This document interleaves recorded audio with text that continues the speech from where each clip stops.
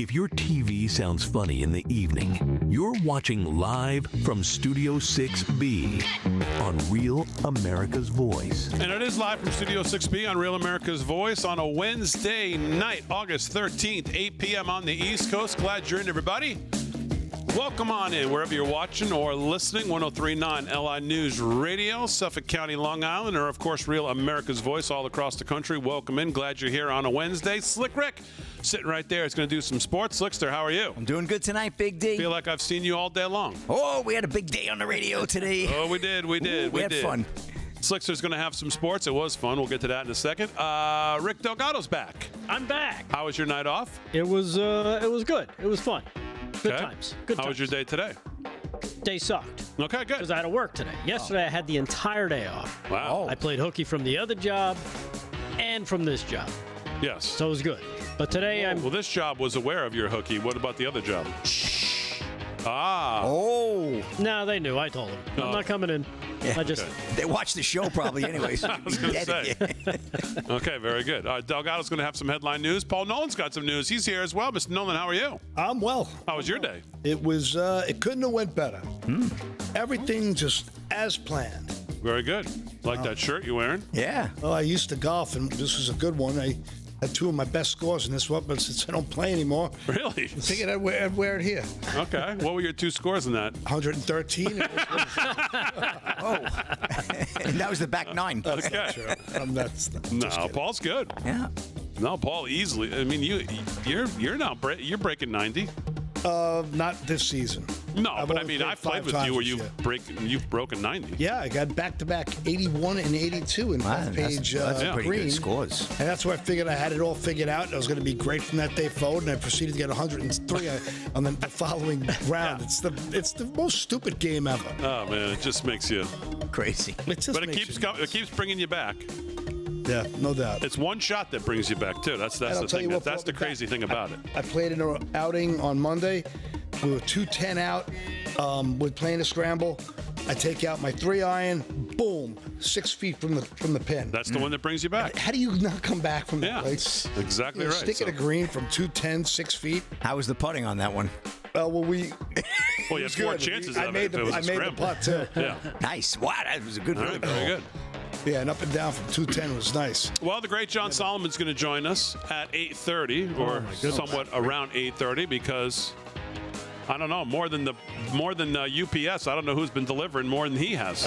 No one. Nobody. I mean, this guy is bringing the noise almost like every half hour. There's something new he's bringing. No, It's he's insane. bringing the news, not the noise. He is Yeah. the noise. You know and of course the problem is just if you're going to be half glass empty about all of it, like I am about most things.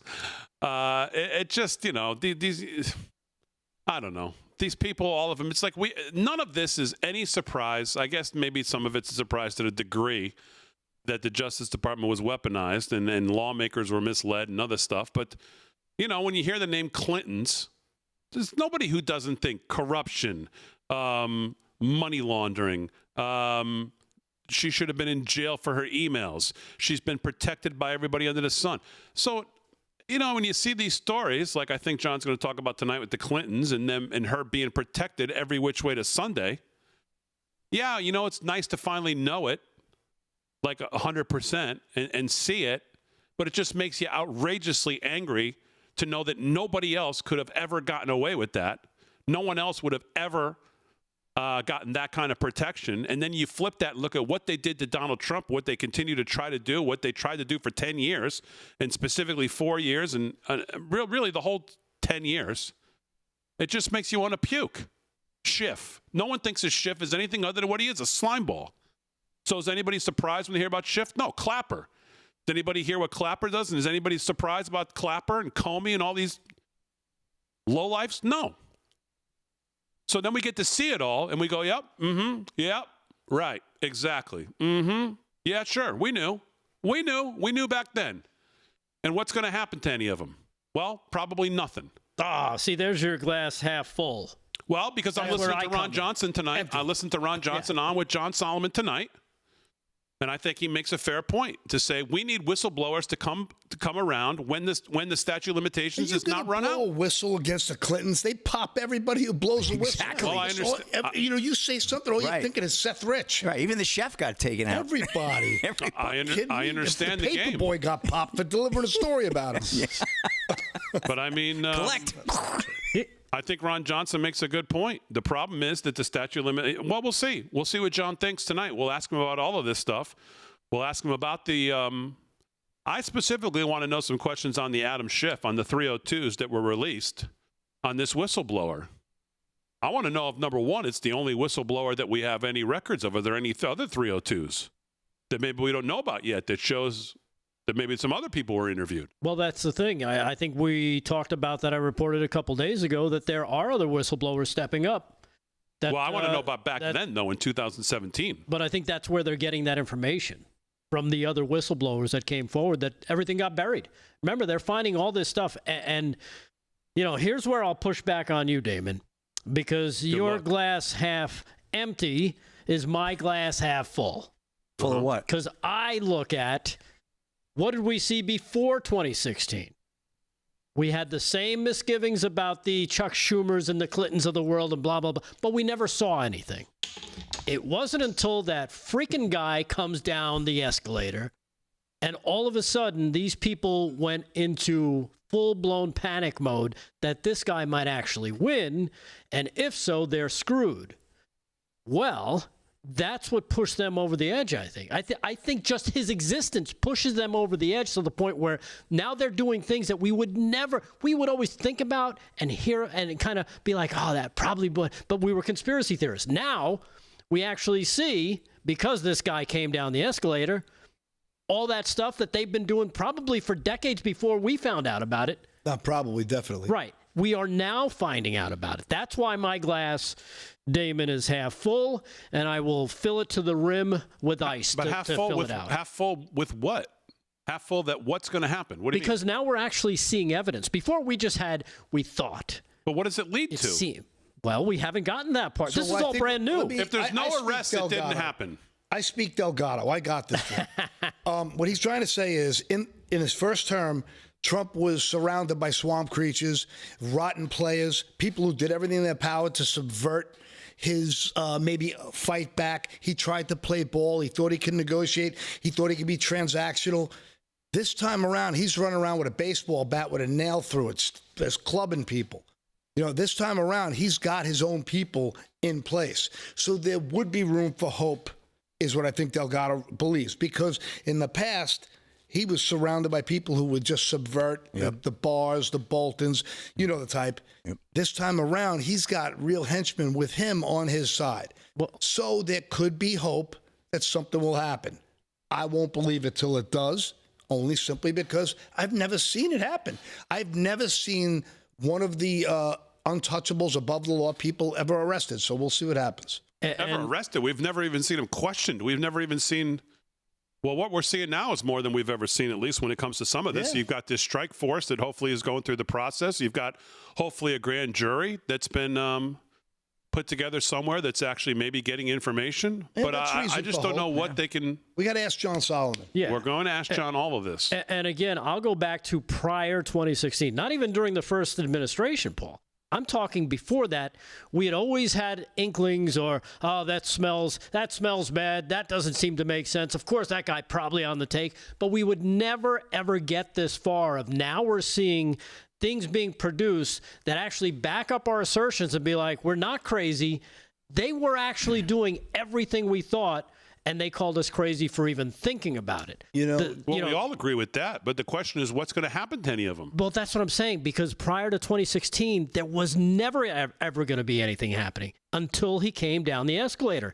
Now there's that chance of it happening. That's why my glass is half full. It will remain that way until I suck everything out Until of it. 8:50 when John's done with us. No, of course not. Sets you straight. You are just tropical depression, Damon. Well, you are think about, determined though, to knock me down. think I about like to what set they really people's do. expectations, is what I like to call it. Good job. You hope, you expect the worst. So if something good happens, yay. But if something bad happens, you're not disappointed. No, I just don't think anything's going to happen. I just think the statute of limitations on all these people is run. I don't think we did. Whistleblowers didn't come forward in any time where. Well, some of them. I'm just telling you what I heard Ron Johnson say, and he would know because he's been on this as much as John Solomon has. Did people forget your birthday when you were a kid? Is that why you're like this? When the police all started blowing whistles, how many police committed suicide after going through the Clinton files? I mean, going through Wiener's laptop. That list is real. That's not a fake. That's a real thing. So I don't think they're going to have the same. Power from the underground, like dark forces. There are black operatives and contractors who'll pop anybody for any amount of money.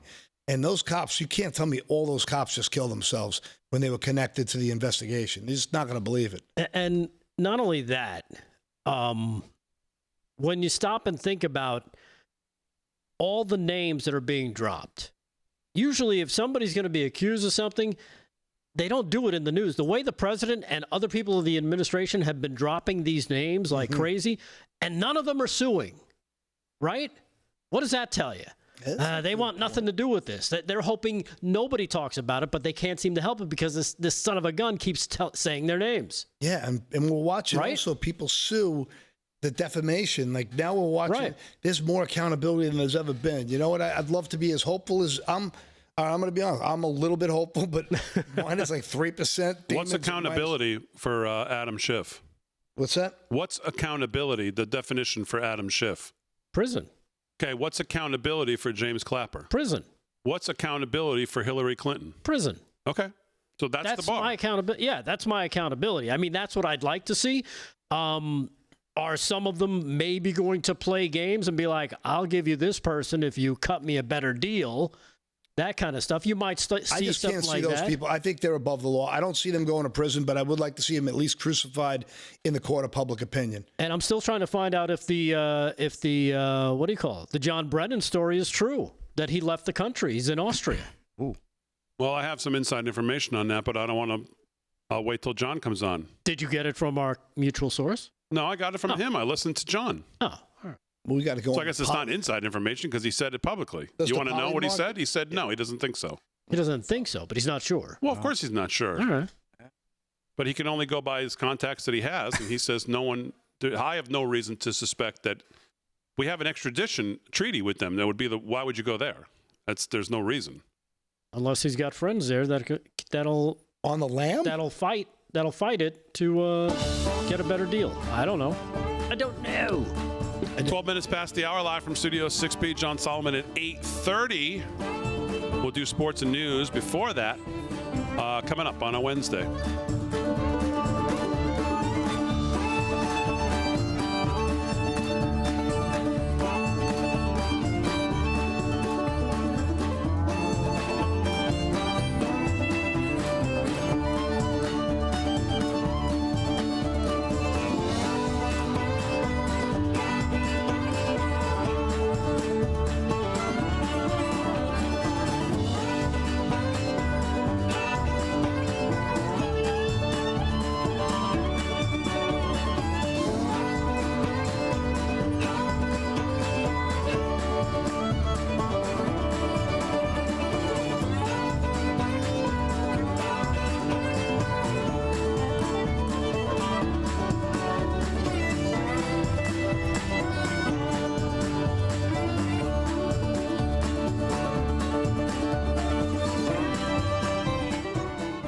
I just checked Just the News. It's not out yet. Howdy do, rumblers. I want to make an announcement. It's Broke Spoke's birthday today. Happy birthday, Broke Spoke. Great viewer on the YouTubes. Happy birthday to the Broke Spokes. I, of which I'm not suffering from any of those. My bike riding is going well.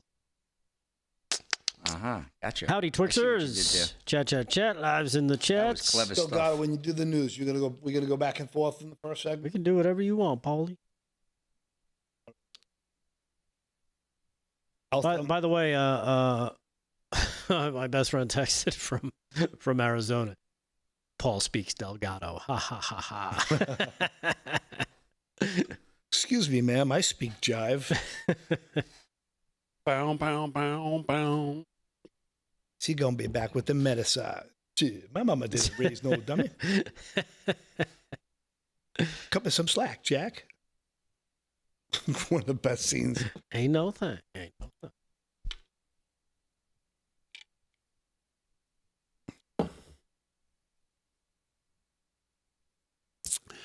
In the chat, put a 1 if you think that all these people are going to jail, and put a 2 if you think no one's going to jail. How about and 3 if you think they'll be charged but get off. Alleged and hedged. 1 if you think they're going to jail. 2, we're specifically talking about Clapper, Schiff, and Clinton. Those 3? Oh, What somebody's about going to Comey? jail. Can we throw him in? 1 if you think they're going to jail. 2 if you don't, and 3 if whatever Paul said. I think all 3 I of said those. charged but get off. I think all 3 of those will end up in jail to keep Obama out of jail. Someone put 4. I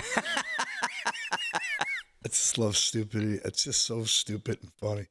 Probably a guy who plays golf. 9. I saw a 9.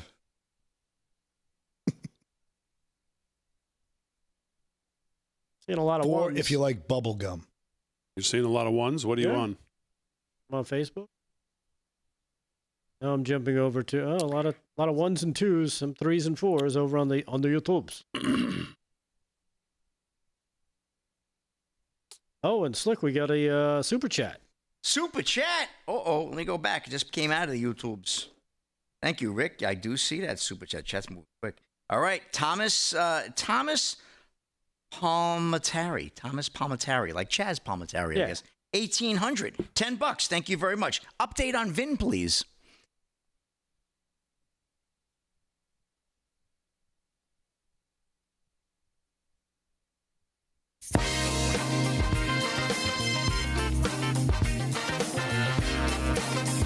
Uh, 17 past the hour, live from Studio 6B on a Wednesday night. If you weren't with us during the break on live in the chat, we're doing a Insta poll right now. Of course, you have to be in the chat to partake in the poll. So if you are, you probably heard this. But for those of you watching on Real America's Voice, if you want to double screen, or those of you listening on 103.9 LI News, you want to grab your phone and go over to one of our at LFS6B social medias. We're asking people what we talked about in the first segment. If you think Clapper, Schiff, Clinton are going to jail, put a 1 in the chat. If you don't think they are, put a 2. And if you think they're going to be, what did you say, Paul, charged but then get off? Charged but get off. Then put a 3. So if you want to take part in our Insta poll, head over to one of our chats at LFS6B and put 1, 2, or 3 in the chat. We've got a lot of them coming in. To be fair, it looks pretty spread out. I don't know if there's a clear leader. You know what's interesting, too? There's potential for 2 Clintons to be in jail on 2 different things. Say more? Yeah. Bill Clinton on the Epstein thing. Right? No chance. He's, No chance. What? Not even close. there are whispers that he is the target of a certain investigation. And then Hillary on the Russia thing. I think that... I think the what would the charges have to be to skirt the the limitations, the time? Oh, but grand isn't conspiracy. Isn't there a conspiracy charge? Yeah, Conspiracy would be the thing. Which means the last thing they did, if they did something last week, that's when the time starts. Okay. All right, John Solomon again at the bottom of the hour, and I believe at the bottom of the hour, 8:30 on Just the News, the place you should be going probably about 10 times a day, but certainly to start your day. I believe John will be dropping this bombshell email from Sally Yates and others protecting Hillary Clinton. So I'm keeping an eye out for it, and John's going to join us at around 8:30, and I believe that's about when it's going to drop. So we'll have a almost exclusive here. To talk about it when we actually get to see it in print, because I've heard John talk about it all day, but we'll actually see it at 8:30, I believe, or close to. So let's do some sports and news, get those out of the way before John joins us at 8:30. I think John's time tonight's going to be limited because he's everywhere. So let's do some sports. Sports is brought to you by Mike Lindell. I'll continue to look for the 1s, 2s, and 3s in the chats. My Pillow sponsors sports. Slick's got it. What's going on, Slick? All right, Big D, right to the scoreboard. Major League Baseball, Cincinnati looking good tonight. 8-0 over the Phillies. That's in the top of the 8th in Cincinnati. The Orioles and Mariners, no score, middle of the 1st. Marlins, 6-4 over the Guardians, bottom of the 5th. In a rain delay is the Yankees in the Bronx. We got some rain coming in. They closed a couple of the airports for a little bit, too, right? Delayed them. Twins, no score there. Blue Jays trail The Cubs 2-zip, end of 5. Another rain delay, Braves and Mets. Again, that New York weather right now. Astros 2-1 over the Red Sox, bottom of the 4th. Finals from earlier today, and there's several. Nationals edge the Royals 8-7. Brewers top the Pirates 12-5. Tigers 1-0 over the White Sox. Rockies down the Cardinals 6-5. Diamondbacks 6-4 over the Rangers. Padres absolutely annihilate the Giants 11-1. We got a 9:38 first pitch, Dodgers at the Angels, and Tampa Rays taking on the Oakland A's in Oakland, 10:05 first pitch. And this one's a good one. Obama judge tosses lawsuit of high school girl who competed against trans athlete. This is Catherine Hamilton of Breitbart. A judge appointed by former President Barack Obama dismissed a lawsuit of a Pennsylvania teen girl who competed against a transgender identifying male athlete. Girls cross-country and track runner Aislinn Magalango filed a lawsuit against Quakertown Community High School and the Pennsylvania Interscholastic Athletic Association, the PIAA, earlier this year, alleging that she was made to compete against trans-identifying Luce Allen at a meet in September of 2024, Fox News reported. Allen won the first place at the meet, while Magalango snagged second place. The complaint alleges that Magalango had to continue competing against Allen throughout the season, according to the report. U.S. District Court Judge Wendy Beadlestone, who was appointed by Obama in 2014, dismissed the lawsuit on the 1st of August. Her amended complaint is devoid of any factual allegations that she was subject to purposeful discrimination, other than asserting as much in the most conclusory fashion, Beadlestone wrote in her decision. She points to no instances of students assigned female at birth being treated differently than those assigned male at birth, and as such, she has failed to plausibly state a claim for sex-based discrimination. You believe this one? Magalango's attorney, Keith Altman, said they plan to appeal the decision, according to the report, and pray to God they get a different judge, right? The client's disappointed, obviously, and still believes strongly in what's happened. Altman said, according to the NBC Philadelphia, we're going to continue pursuing the issue. We think it's an extremely important issue, and it's got to be resolved. So, crazy story there, Big D. Got a couple of other good stories coming up in the next few segments, including the Boston Celtics. Their sale was approved today, $6.1 billion with a B. That's a wrap in sports. Yep. Billion. 6.1 billion. For the Celtics, yep. I think they could have squeezed 6.2 out of them. Well, the Lakers supposedly on the block for 10. So who bought them? Anybody we know? No, just a group. A group that bought them. And no like celebrity sports figure in that group? No, I didn't see any like a Magic Johnson buying the Lakers type of scenario or a Larry Bird buying them. No, just the group. Okay. All right, Slick's 22 past the hour. We'll do some more sports with Slick coming up. John Solomon's going to join us at 8:30. So let's do some news while we can right now. Some headline news, and that's with Rick Delgado. What's going on, Delgado? All right. Well, thank you for that, Damon. Again, the greatest news headlines in the world brought to you by me. This one coming from they're not brought to you by you. They're brought to you by EternalLifeCoin.com, which I should have said. That's right. You don't sponsor this segment. You don't sponsor your own segment. I bring it. So it's got to be brought in by me. Oh, it's brought in. So I'm broadening it now. Talking ebonics over here. I love it. Aaron, I hear you laughing too. From the soon-to-be with us, John Solomon's just the news. Hold on, hold on a second, Delgado. He's got greater news. He's got greater news. I'm sorry, this is too important to get to. I just got a text from someone, a good friend of mine. You have one? Who I can't name him on air. I have one. Yeah. That is breaking news. Now I don't feel bad reading it. Now this is the world's greatest headline. It says Damon. Damon has a friend. If you want your viewers to take your sports segment serious, then kill the Dallas cow turds helmets on the desk. Wait a minute. Well, I got a story for that guy. I'm going to push right back on him after I tell him about the Cowboys' valuation today. I'm just telling you. Talk about it. Come on. All right. Yeah. Sorry, Delgado. Go ahead. It's all right. Like I said, soon to be with us, John Solomon. His website, just a news reporting. Trump warns of severe consequences if Vladimir Putin does not work towards peace in their Alaska summit. He said this on Wednesday as he warned Russia that it would face severe consequences, he's probably talking about money, if Russian President Vladimir Putin did not agree to end the war in Ukraine during the upcoming summit this Friday in Alaska. Trump and Putin are expected to meet in Anchorage to discuss a ceasefire and potential end to Russia's years-long war with Ukraine.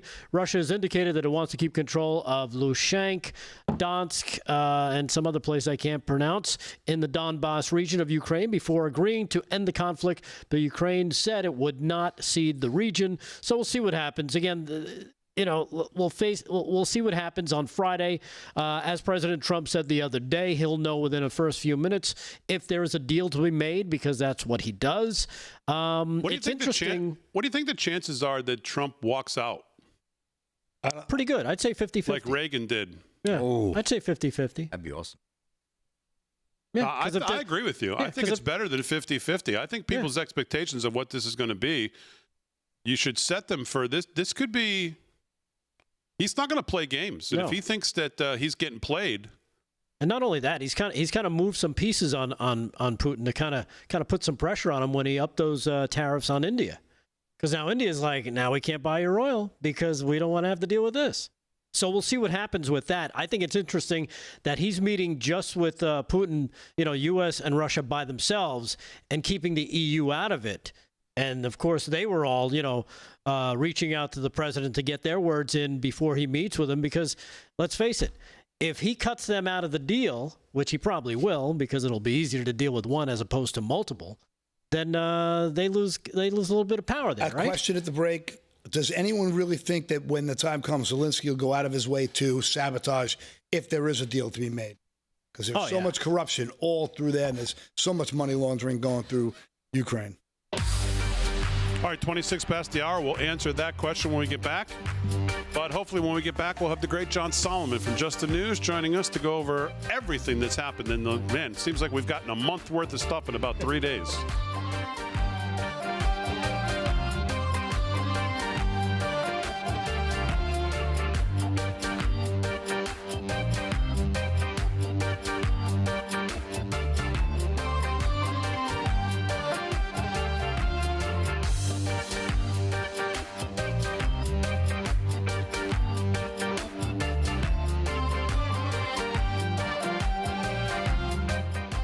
Okay, chat, super chat. Broke spoke, the birthday boy, Big D, $10 coming in hot. LFS6B, buy some coffee creamer on my dime. Today is my 66th birthday. Wow. Glad I found this show.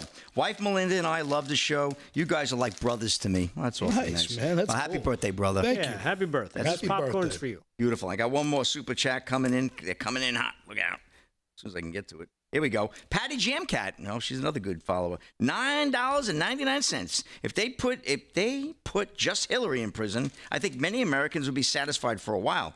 She has been so evil for so many decades. She holds the first ticket in line at the gate of hell. Whoa, Patty Jamcat. That's a good one. Coming in hot. Patty Jamcat. Good Great morning. name, by the way. That is a great name. We got Sue in the house. We got David Wiles in the house.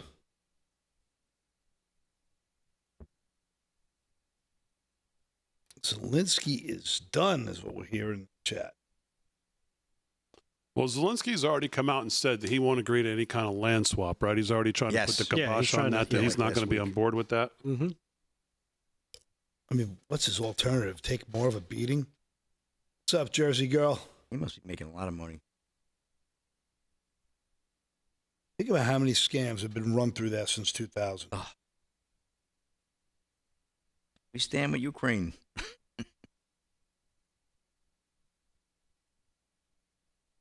Kathy Kirtley, what's happening? Love Kathy Kirtley. Moon Pie's talking false flags. Going on forever. People still don't recognize him.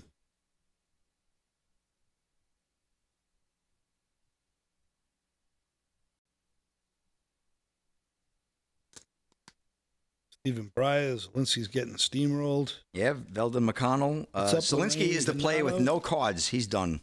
Sue Salbero. Said it wrong again, sorry. Salbero.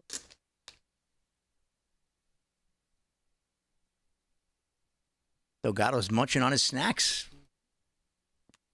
Sherry Merrill and friends, right? Primo. Yep. That was the whole consortium, right? That was that sent everything. It was a whole group of folks. The Facebook group. The Facebook group. That's right. Facebook chat fans. They sent us a nice card. Look at that. Oh, Sorry. what the heck is going on here tonight? This whole place is between you and Damon. Eating his cardboard and then knocking over the woodworking. This guy. Nice. You guys got to hang out with KDJ today in the studio? Yeah, we got to talk about that when we're on air.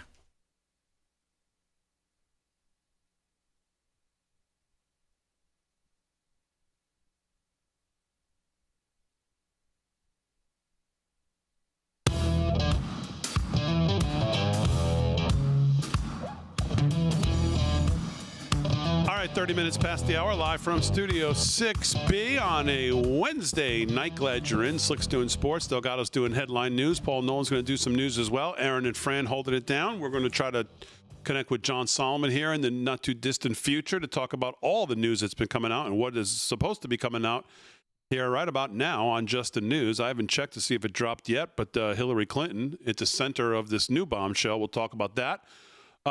Slick, we didn't talk about this morning. We got to have a chance to join Kevin Downey Jr. on the Kevin Downey Jr. show, 9 to 11 weekday mornings, and me and Slick joined this morning for the full 2 hours. That was fun. That was a hoot. Well, I came in at 10. I came in right at this in the second hour. But, yeah, that was a good show. Kevin's got it. He's all over the place. I mean, the outpouring was amazing from the audience. We got, I don't know, he said 50, 60 text messages, 5, 6, 7 calls. Yeah. Said it was a lot of fun. Most they've ever gotten. Simulcast it, on the YouTube. No, we didn't do any social media. We just did just the radio and the text messaging. So straight radio. It was great. Good. Just like the show, he covers a load of topics and he bounces all over, but he pulls it all together. Very good. Yeah. And of course, you can hear us right here now as you are listening to us on 103.9 LI News Wednesday, Thursday, Friday nights, 8 to 10. We do appreciate being there. Let's do some more headline news while we wait for Mr. Solomon to try to join us. Rick Delgado's got those. What's going on, Delgado? All right. Well, we've been talking about, of course, the stuff that's coming out, and I've got to at least tip my cap to Tulsi Gabbard. You know, when she was named as the director for the NSI? No, NI, whatever she is. What? Right, DNI? Tulsi? The DNI? DNI, that's what it is. I was thinking, well, she's a loyalist, good pick. She flipped from Democrat to independent and then came under Trump. And I thought, all right, good person. Hope she does well. Did you like her more or less than you like Jeanine Pirro? When she was first picked, I'd say probably about the same. I was kind of lukewarm on both. I was like, we'll see what happens. Gotcha. Tulsi is bringing it. Holy crap. So I got to tip my cap to her. She's done 200 times better than I thought she would do, because I didn't understand, I guess, her determination to make sure the truth comes out. So really, I'm really pleasantly surprised to see somebody stand. It's like the Marco Rubio pick. I was like, Marco Rubio's doing a great job. I think Tulsi's doing an even better job in her role, and especially getting all this information, getting all this intelligence out, and declassifying it and getting it out to the public. And we're seeing what's happening now. And hopefully she'll just continue this amazing work she's doing. Speaking of that work, J.D. Vance was also talking about the things that are coming out, that are coming to light, that we're starting to learn about, all the things that happened to President Trump during his first administration. Here's what he had to say. He thinks, Damon, there must be consequences. Cut number 4. Check this out. Well, I think the only thing the far left really responds to is power, Jim, if I'm being honest. I wish that wasn't the case, but it actually is. And so, the thing that they're actually going to be responsive to is the recognition that there are consequences on the other side. And this is why it's so important and why the president is so insistent that we actually take legal action against those who broke the law in the Biden administration. If they get off scot-free, if they're never investigated, if they're never prosecuted when they violated the law, then they're just going to come back and do the exact same thing again. And there are a few different ways, of course.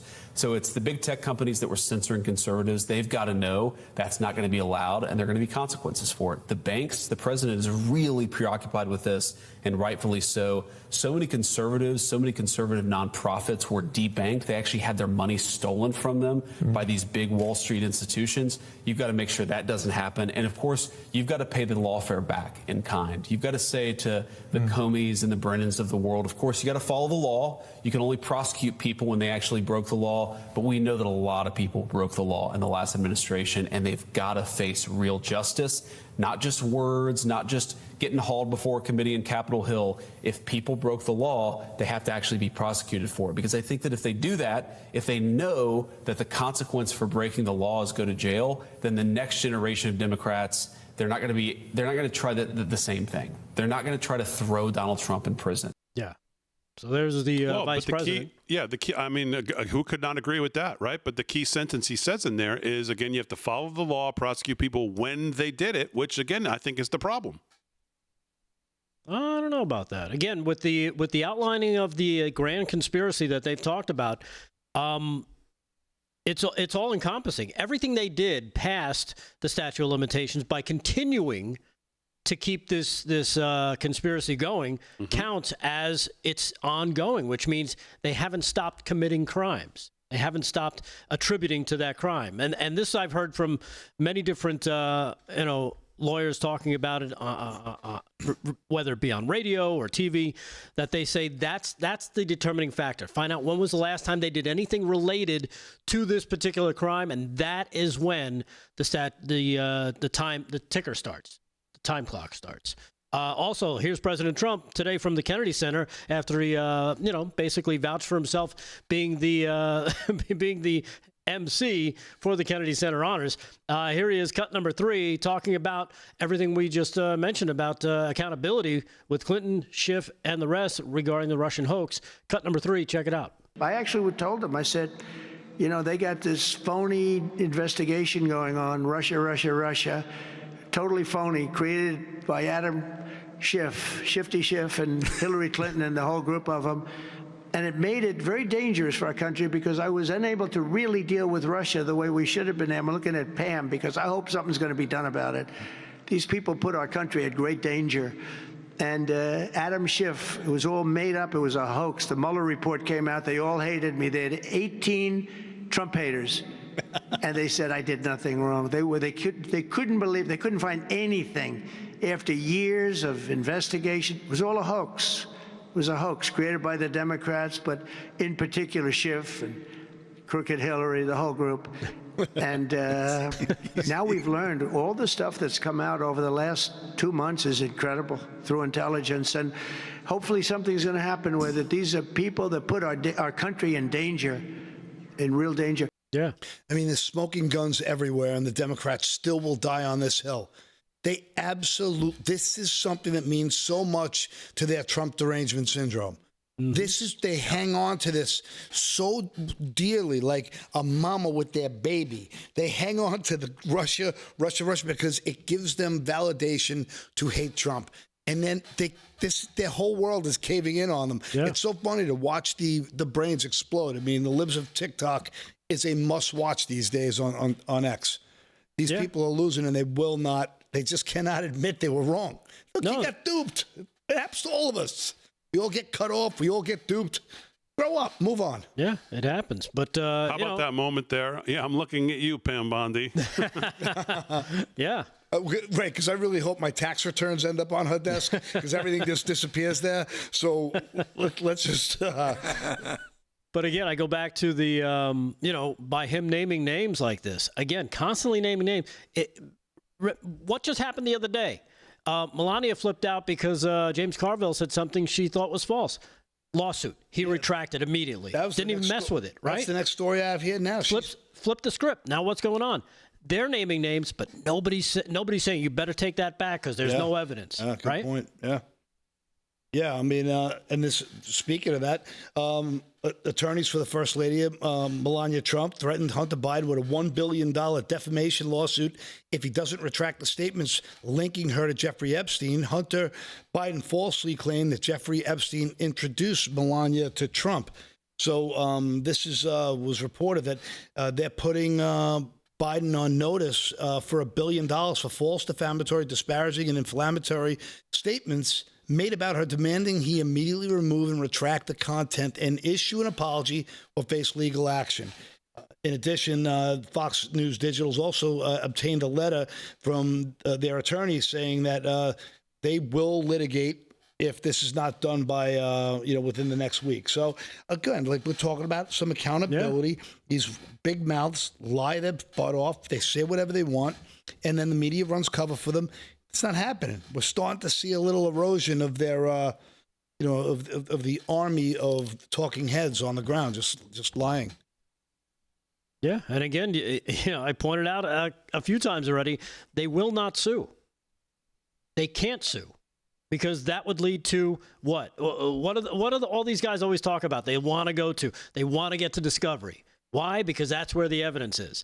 That's where none of them want to be. Clapper doesn't want to be there. Comey doesn't want to be there. You'd think, Brennan doesn't want to be there. right, and you would think Hunter Biden would be smart enough to not ever go on TV. Never talk again. Don't say nothing. Go on vacation. Leave. You got money.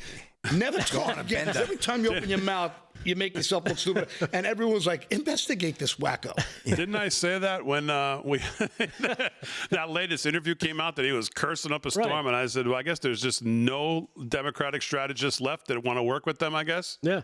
Someone just said, yeah, sure, go ahead, do that. That's a great idea. It was the F-bomb podcast. Oh, my God. It was just 3 hours of F-bombs. 3 hours And what ago. did the media get out of that? And Oh, he might run in 2028. I mean, the media is so despicable. It's just crazy. It's crazy. I don't know if you saw this also today from the Kennedy Center, where Trump was again touting some of the great names that are going to be out there. He mentioned Kiss. Yeah. Damon's favorite band. Michael Crawford, one of my Kiss got an Isn't Kiss award, your right? favorite Yeah. band, D? Kiss. No, Are you sure? I could have sworn you used to dress up like Ace Frehley. no, never put makeup on ever. I'm just But I do love Michael Crawford. I'm happy to see him for his role in Phantom of the Opera, one of the great Broadway roles yeah. ever. I thought the Definitely. best one was the first one he mentioned, George Strait.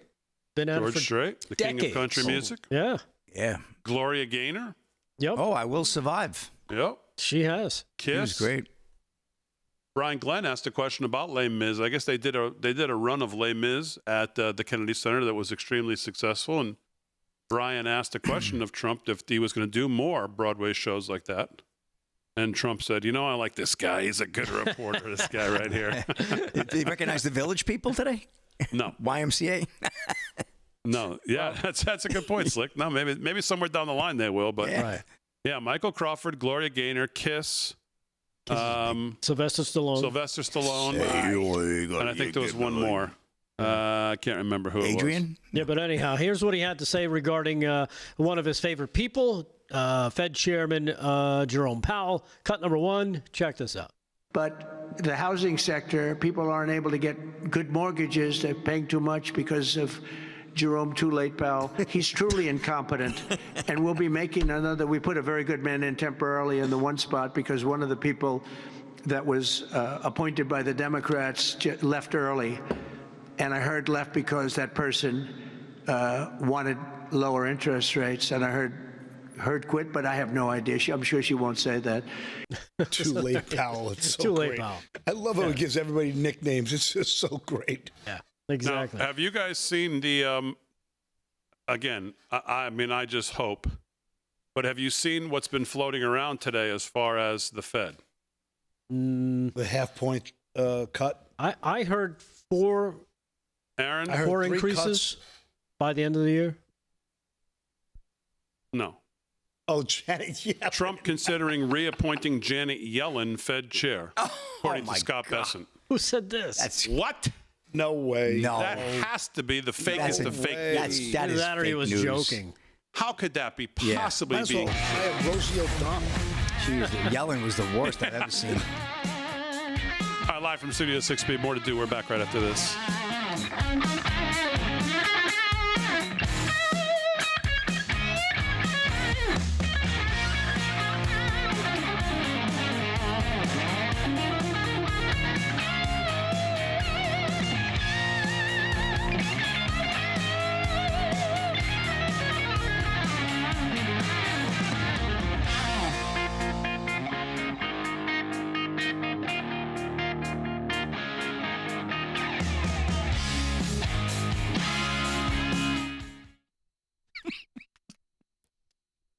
What are you laughing at? Probably him. Harry was in the other night. Oh, it was got to be Harry. All right, it's out on Just the who it News. was. I encourage you all to go there now.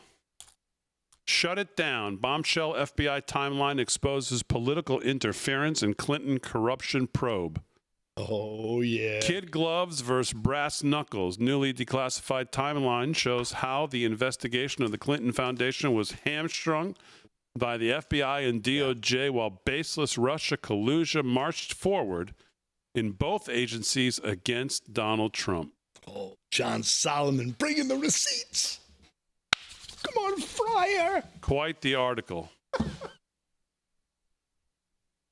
Man, wouldn't it be great to see Hillary in an orange jumpsuit? Mm-hmm. Oh, my God, it'd be so great. That'd be a hot look for her. Yeah, if they put a body double in prison, she'd be off at Epstein's Island. A neon orange muumuu.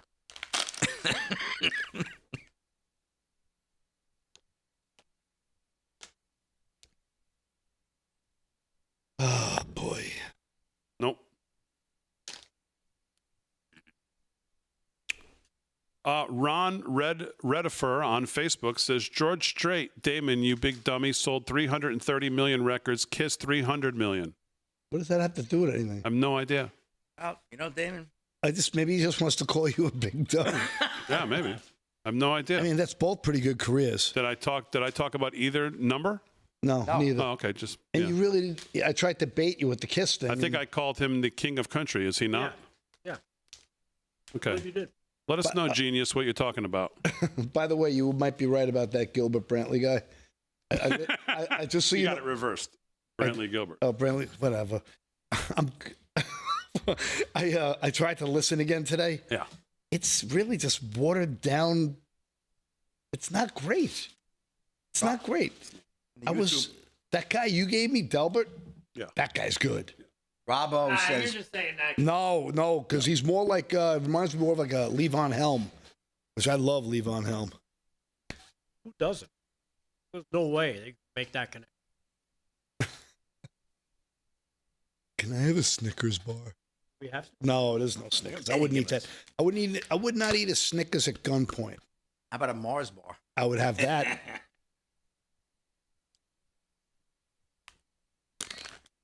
All right, Punk.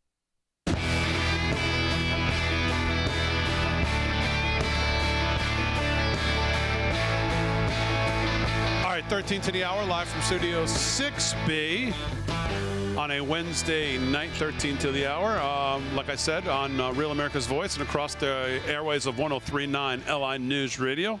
Glad you're watching or listening wherever you are. Sports with Slick will be coming back here in a second. Delgado will do some more headlines, but right now, Paul Nolan's here. He's got some news as well, some headlines that have been on his radar. Mr. Nolan, what's going on? Well, the man accused of chucking a sandwich at a federal agent in D.C. has been hit with a felony as the White House vows to restore law and order in the nation's capital, which is, I think we're all happy to see, what, over 100 arrests this weekend.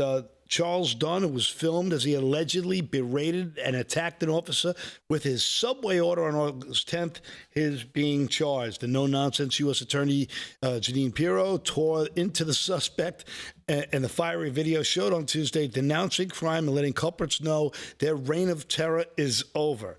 And Pirro said he thought it was funny. We do not think it's funny because we charged him with a felony assault on a police officer. So in the jaw-dropping video, which was taken by a bystander, Dunn allegedly was heard screaming at the U.S. Border Patrol agents, calling them effing fascists, and his weapon of choice, his dinner. By his side, he shouted shame as he pointed at the group of feds, and he gunned his sandwich at them. So this horse's ass is going to jail. Good for him. Shades of Jesse Smollett. Right. Remember, because Jesse's big concocted story, he was on his way to Subway at 2 in the morning. Yeah, okay, show me where that is. And also here from the moron file, Arriva Dirce America, could ABC's left-wing late-night host Jimmy Kimmel be getting ready to utter that classic Italian farewell? Anything is possible as he revealed how his citizenship for Italy, as he mourned President Trump's triumphant return to the White House. The 57-year-old made the revelation while appearing on his ex-girlfriend Sarah Silverman's podcast, where he claimed some Americans don't approve of Trump, have sought citizenship elsewhere. So this horse's ass deserves to leave. You don't deserve to be here. No one asked you to suck up to the big medical companies. No one asked you to suck up to the left-wing political machine. Nobody asked you to go to Diddy's parties. No one asked you to go ahead and essentially shill for communism or socialism in America.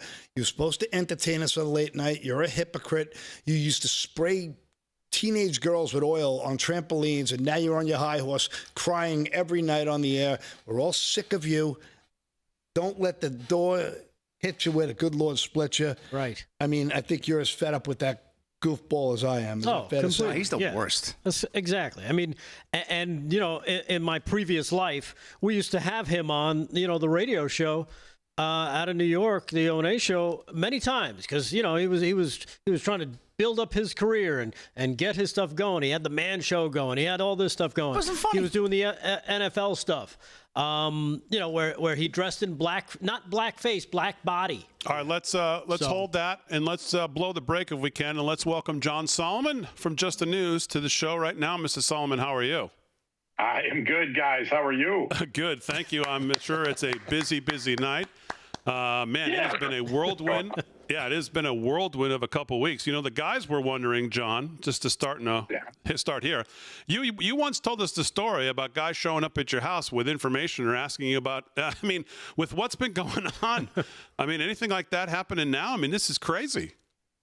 No, but I got to say, those two guys who just showed up at my house at 11 o'clock at night after I got off Hannity one night, what they told me has been so presciently true, perhaps worse than I understood.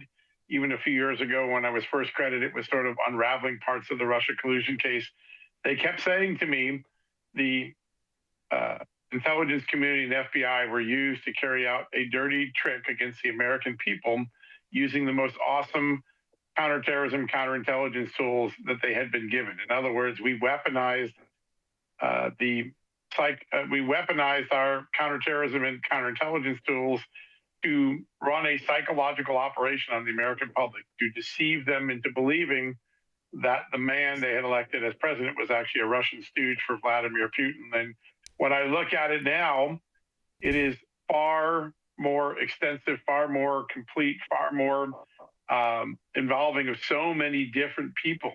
We've got House members and senators and leakers and consultants, and it was a mass conspiracy to undo the will of the American people for the 26th election and to fool them into thinking the man they had just elected was a Russian asset. And it is perhaps, I think back now at Watergate, and the moment that the public learned and the moment that Republicans learned that Richard Nixon even remotely considered asking the CIA to interfere with the FBI in the investigation of Watergate, man, the world turned on Richard Nixon.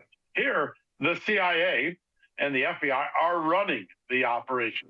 They are literally turning themselves against the very citizens that they've been entrusted to protect, and they're trying to deceive them. And I can't think of a more perilous operation to the underpinnings of our democracy, our constitutional republic, than what these people did. And those two guys, they gave me a hint.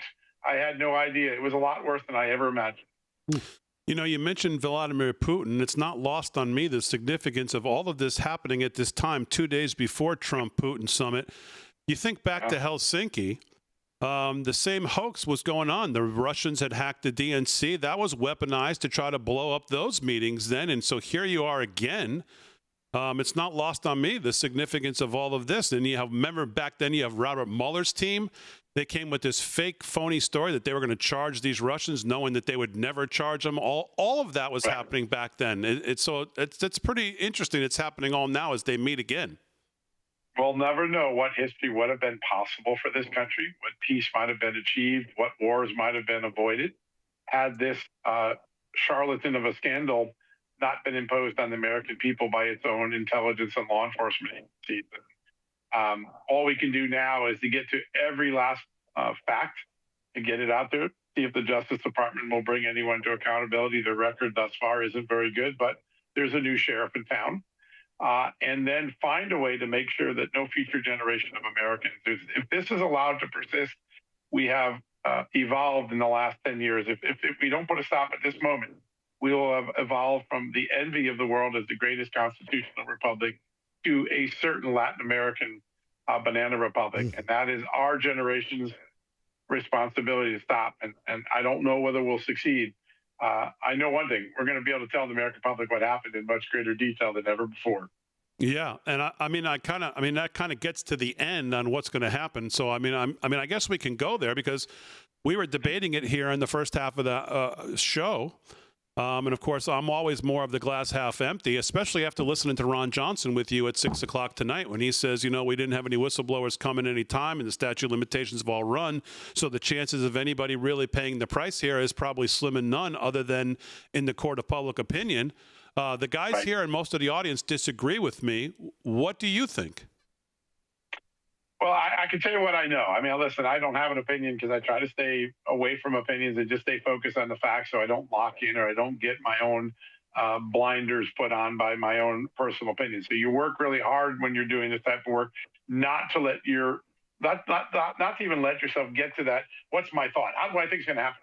Here's what I know is happening.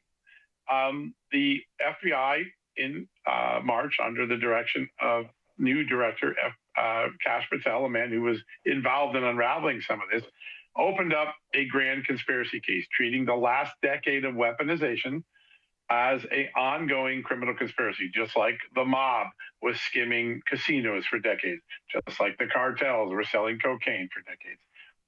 And that opening of the case was compelling enough that the Justice Department decided to utilize a rarely used tool known as a strike force. A strike force was traditionally used against the mob and the drug cartels. Really hasn't been used very often in the last decade. It's a superstar team. You get your best prosecutors, you get your best agents and say, you're not going to do anything but figure out what crimes were committed here. And then that has now moved to the approval of the use of a grand jury or grand juries, plural, by Attorney General Pam Bondi.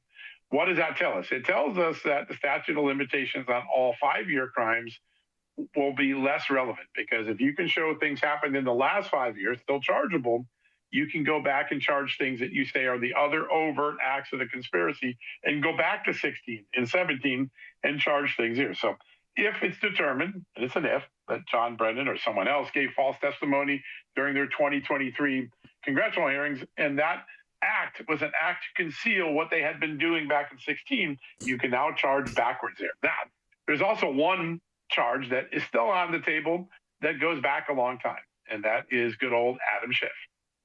We now know from the whistleblower story that I broke on Monday that a Democratic staffer and a career intelligence officer trained in the best tactics of the intelligence community told the FBI and warned them multiple times from 17 to 23 that Adam Schiff told his staff in a meeting this whistleblower attended, he's a first-person eyewitness to it, that he was going to authorize the leak, the information and leaking of classified information to dirty up Donald Trump in hopes that he would get indicted and that Schiff himself might be put on some Watergate-style committee to cement his place in political history. Most of the classified statutes have a 5-year statute of limitations. However, there's one provision that says if it's done knowingly and willfully, a statute can be extended to 10 years, meaning that Adam Schiff's alleged crimes could be still charged until 2027. And why do we think it's possibly knowing and willful? Look at what the whistleblower says. Schiff not only knew what he was doing, he told, and his staff told each other, that no one would get caught because they would just claim that they were protected by the debate and speech clause, basically the separation of powers clause of the Constitution. That's pretty knowing. That's pretty willful. That's pretty planned. If that can be proven, that 10-year statute will kick in, and we will be in a little bit different world. So there are possibilities here. I think history has told us not to get our expectations too high, but new sheriffs, new evidence, things that I couldn't even imagine 6 months ago I might learn about are there. And the second part of this conspiracy, the way that Kash Patel structured this, according to my reporting, is that it's a wash, rinse, repeat cycle. Democrats have serious legal problems. Hillary Clinton put classified emails in an insecure server to compromise national security. So we're going to accuse Donald Trump of being a Russian stooge. Hunter Biden has a foreign corruption problem and a tax problem in Ukraine. We're going to impeach Donald Trump for asking about it in Ukraine. Joe Biden finds documents in his garage and his UPenn office, and they're classified. We're going to raid Donald Trump and get him prosecuted before we have to decide on Joe Biden. And tonight, we're going to add a fourth Democratic liability. We knew it was there, but we now know it was much more serious. Hillary Clinton might have had a public corruption problem with her work as a Secretary of State in the collection of donations at the Clinton Foundation just about 5-10 minutes ago, just before I came out. In fact, I'm going on to Hannity next, but you guys are getting it first because you're my favorites. You now know that the FBI had a predicated criminal investigation that Hillary Clinton might have engaged in public corruption. 3 separate FBI offices were involved. And every single time the current agents tried to move forward in the shadows of the 2016 election, and ironically, in the first year of the Trump administration, they were thwarted. And there is a timeline that we just made public, something that Kash Patel just recently discovered. The Justice Department also has secured cooperation from potential witnesses to this cover-up, this obstruction of the FBI. Literally every step of the way, the FBI was told, stand down. We're not going to help you. You can't do that. There's an amazing quote in the timeline. Sally Yates, the Deputy Attorney General for Barack Obama, tells the FBI in March 16, right in the middle of the 2016 campaign, shut it down, meaning shut down the corruption investigation.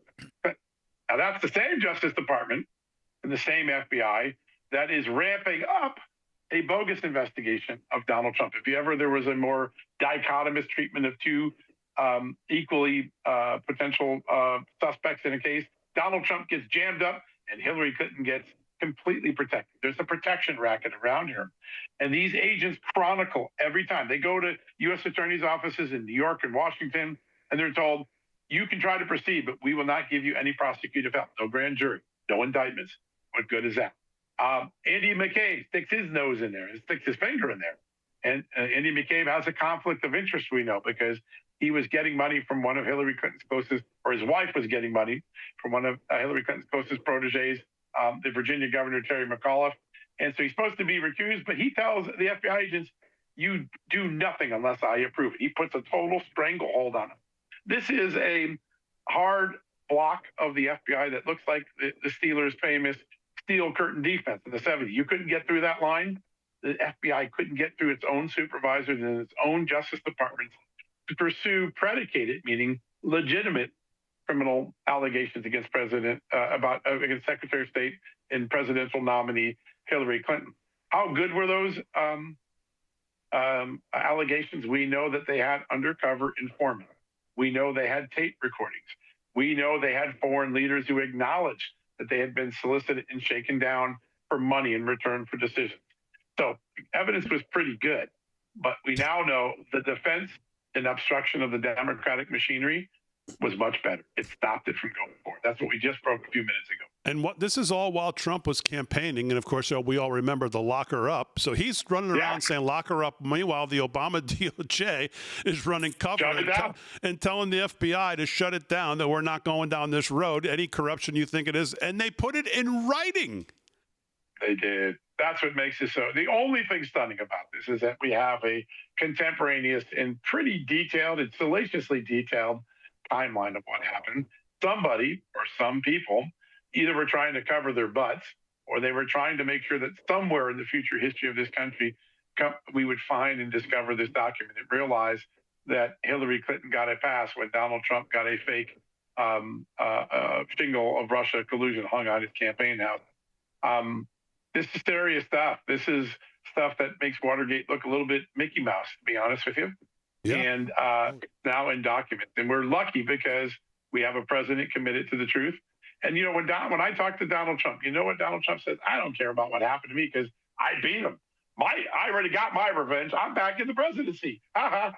He doesn't want this to happen. It's funny. He's really like, it's not about me anymore. I won. But some future president, some future politician, that they might still be subjected to this in some future part of our country. That's what drives his desire right now to make sure we get to the bottom of this. Kash Patel has found documents nobody thought we could find. DNI, Tulsi Gabbard, declassified things that even the CIA didn't want declassified. And Pam Bondi did the unthinkable. She's treating the Obama-Clinton machinery like the mob and like drug cartels. She's just applying a strike force and a grand jury against them like we normally attack a organized criminal organization.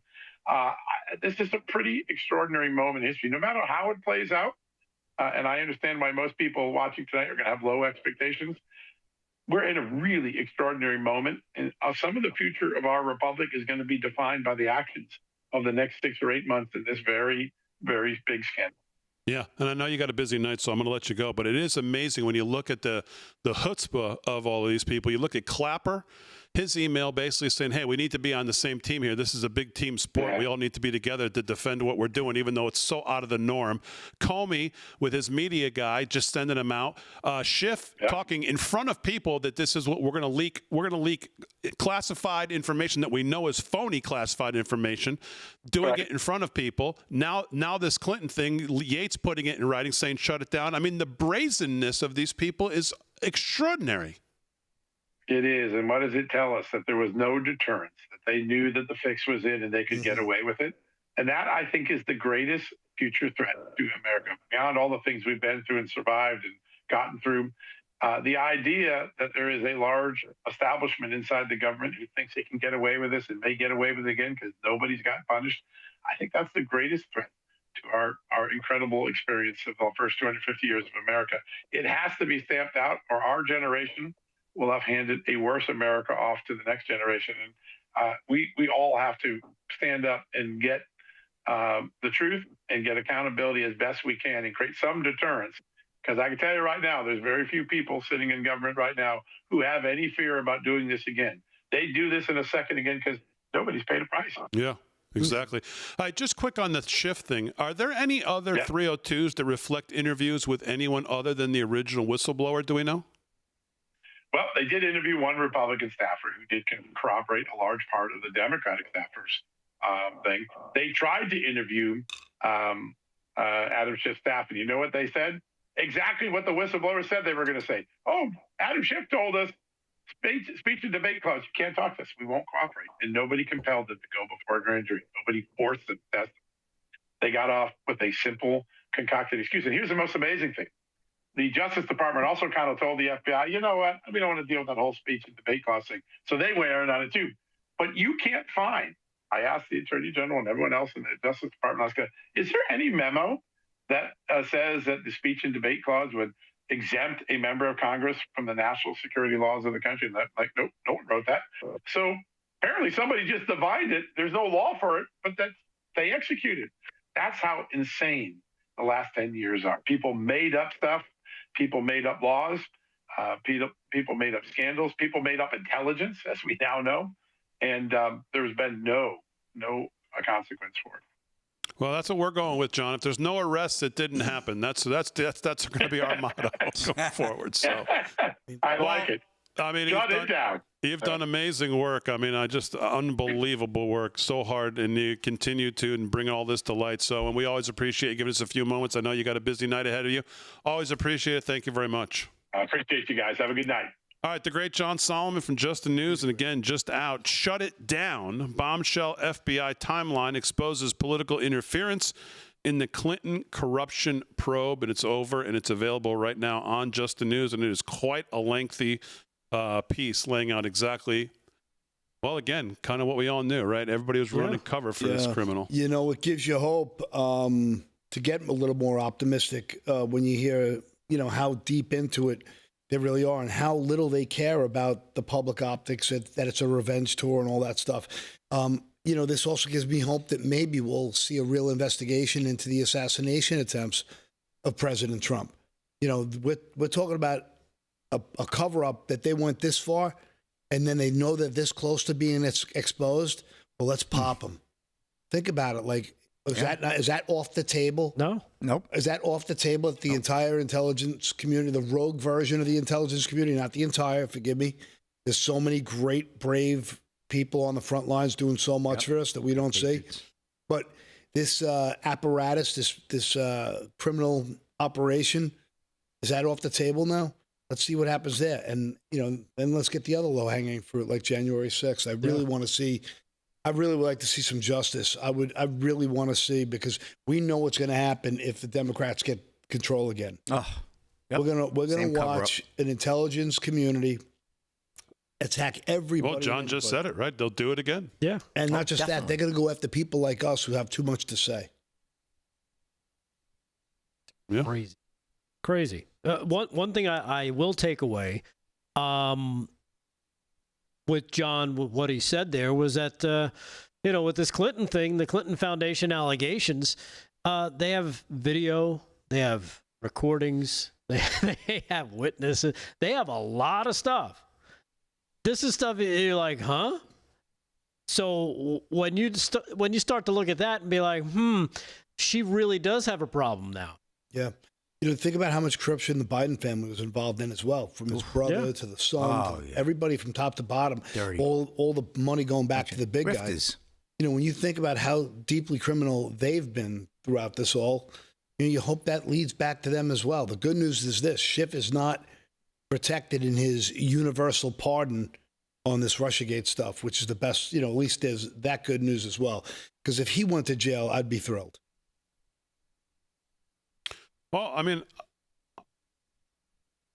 I certainly have maybe a tad more hope than I had after listening to Ron Johnson, after listening to John on the strike force and the timeline he laid on the grand conspiracy and how you could possibly, in some universe, get back to 2016. I don't know that I hold much hope that that's going to happen, but at least it looks like the mechanics are there to do it if they want to try to do it. Yeah, well, like he said, they're going after him like a real legitimate mafia case. Yeah. That was really hopeful.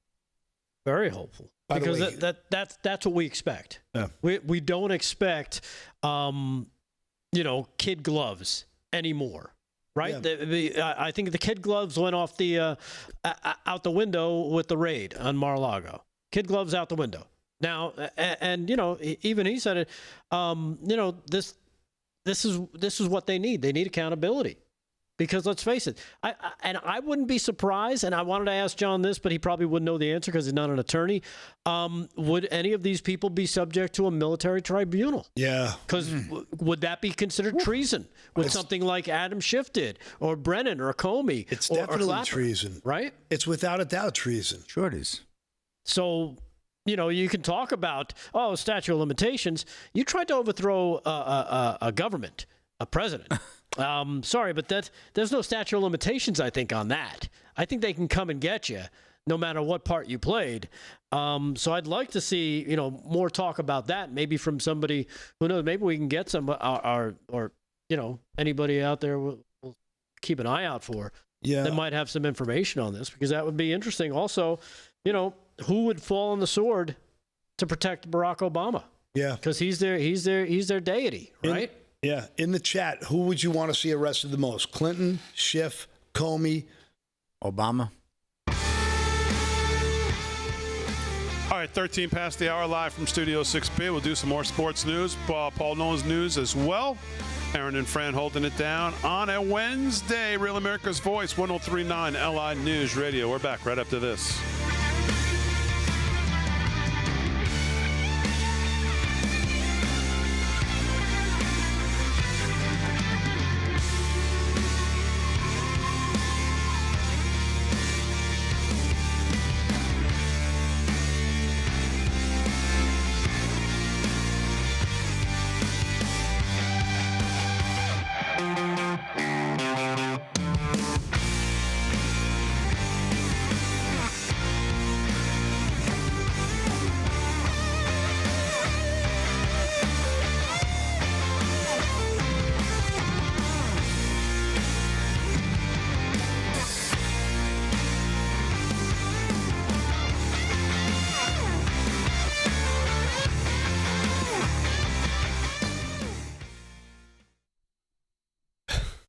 Pencil neck. Well, he really does look like a character from South Park, doesn't he? Yeah. Like, you don't even have to draw him up. Just use his head.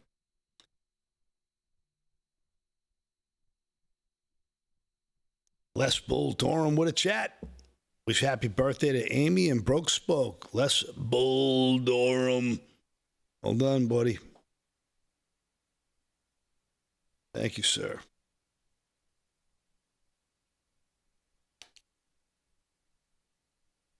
Jack says, Poopy Pants Nadler.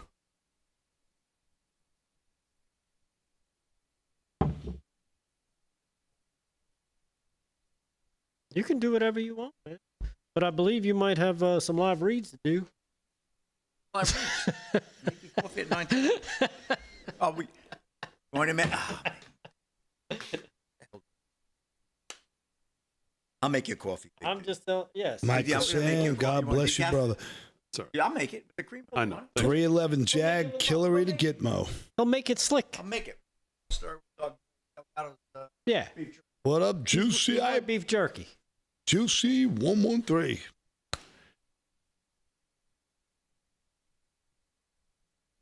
Amy says Paul could be my husband's twin. That poor bastard. Sorry about that. Oh yeah, Gary's. What's going on, Gary? He says tribunals are coming. Your lips to God's ears, brother. But let's be honest. Who would look the best in an orange jumpsuit? Hillary, Shifty Schiff, Comey would look great. Comey. Because, wouldn't it be great to see Comey and Gen Pop because he'd fight back when he's getting beaten down? Because he's really big. Yeah. And he'd look like an ostrich in that thing.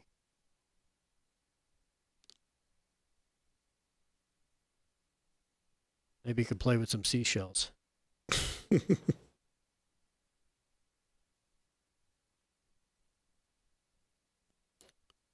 Rocklick Ranch, says Clinton.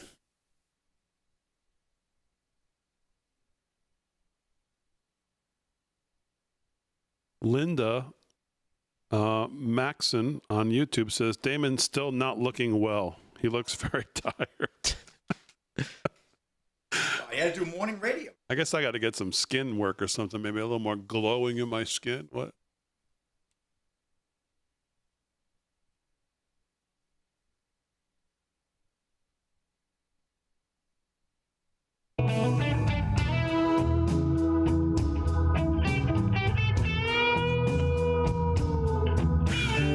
I sound like the blues. Here's another one.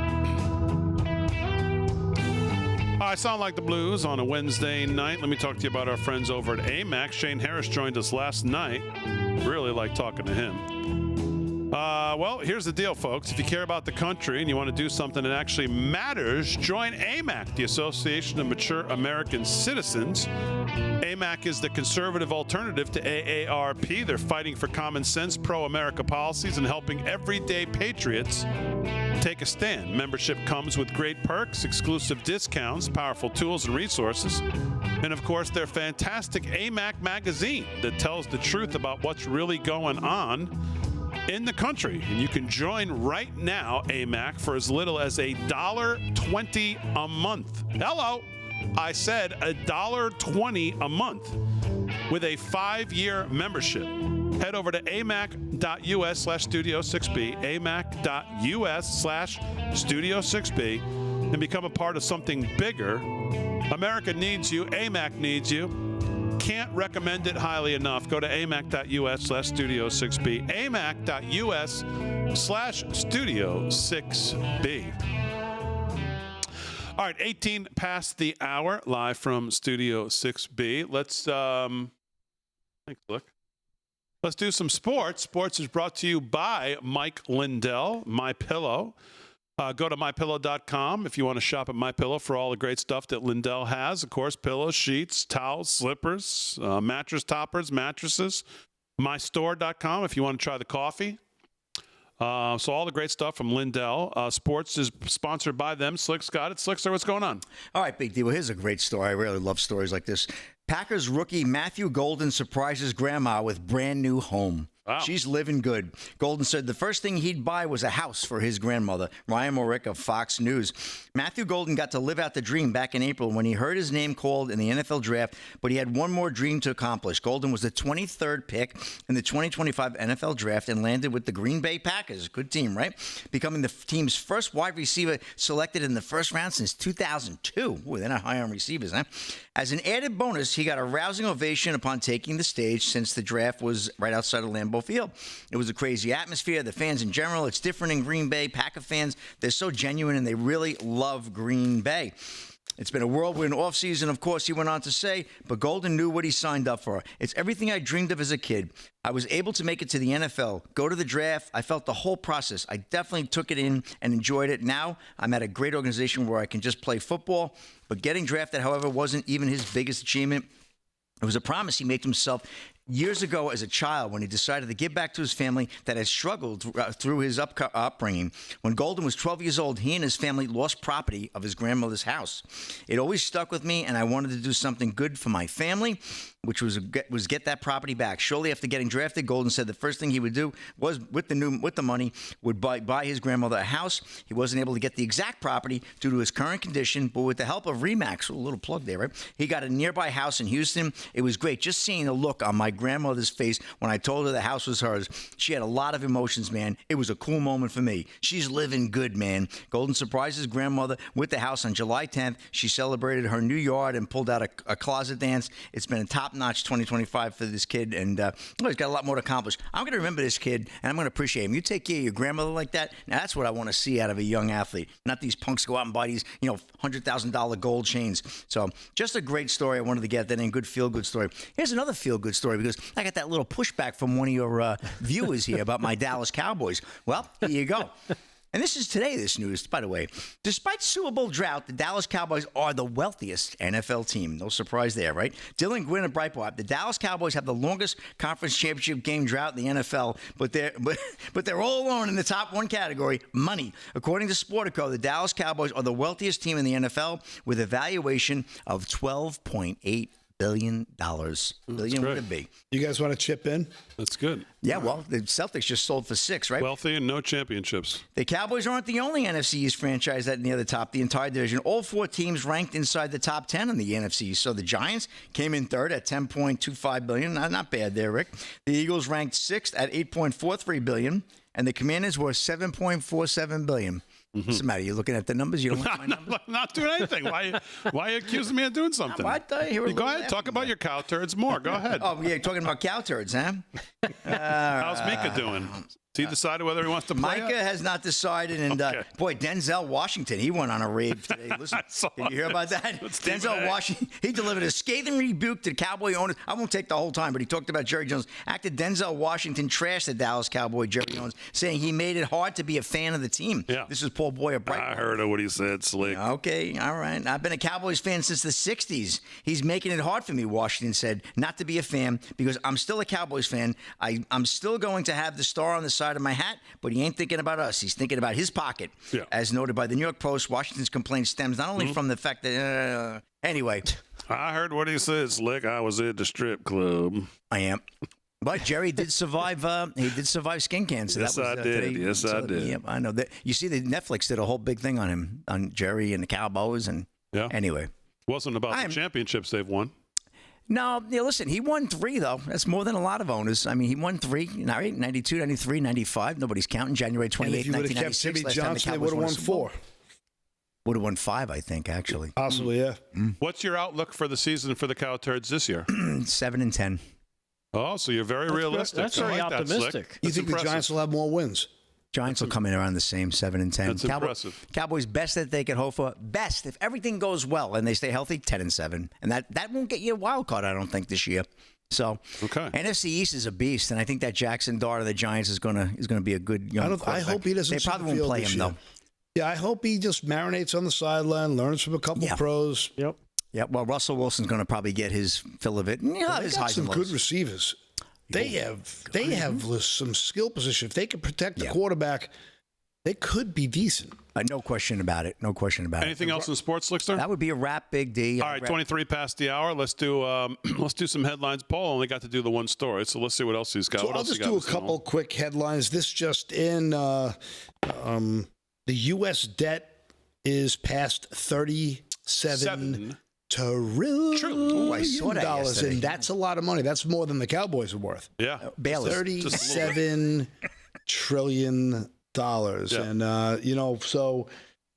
Massey's getting killed in his races because Trump is he's the only guy to stand up to the debt. So we'll see what happens there. And he's getting killed in his races. Yeah, I was looking into it. How he's the Trump-backed I forgot her name. Forgive me, but he's down by like 18 or 22 points in that range. Wow. Yeah, and it looks like landslide. So it's a shame that you can't dissent even a little bit. I'd like to see some pushback. So I just thought that was. I saw some Republicans today who were talking about $37 trillion.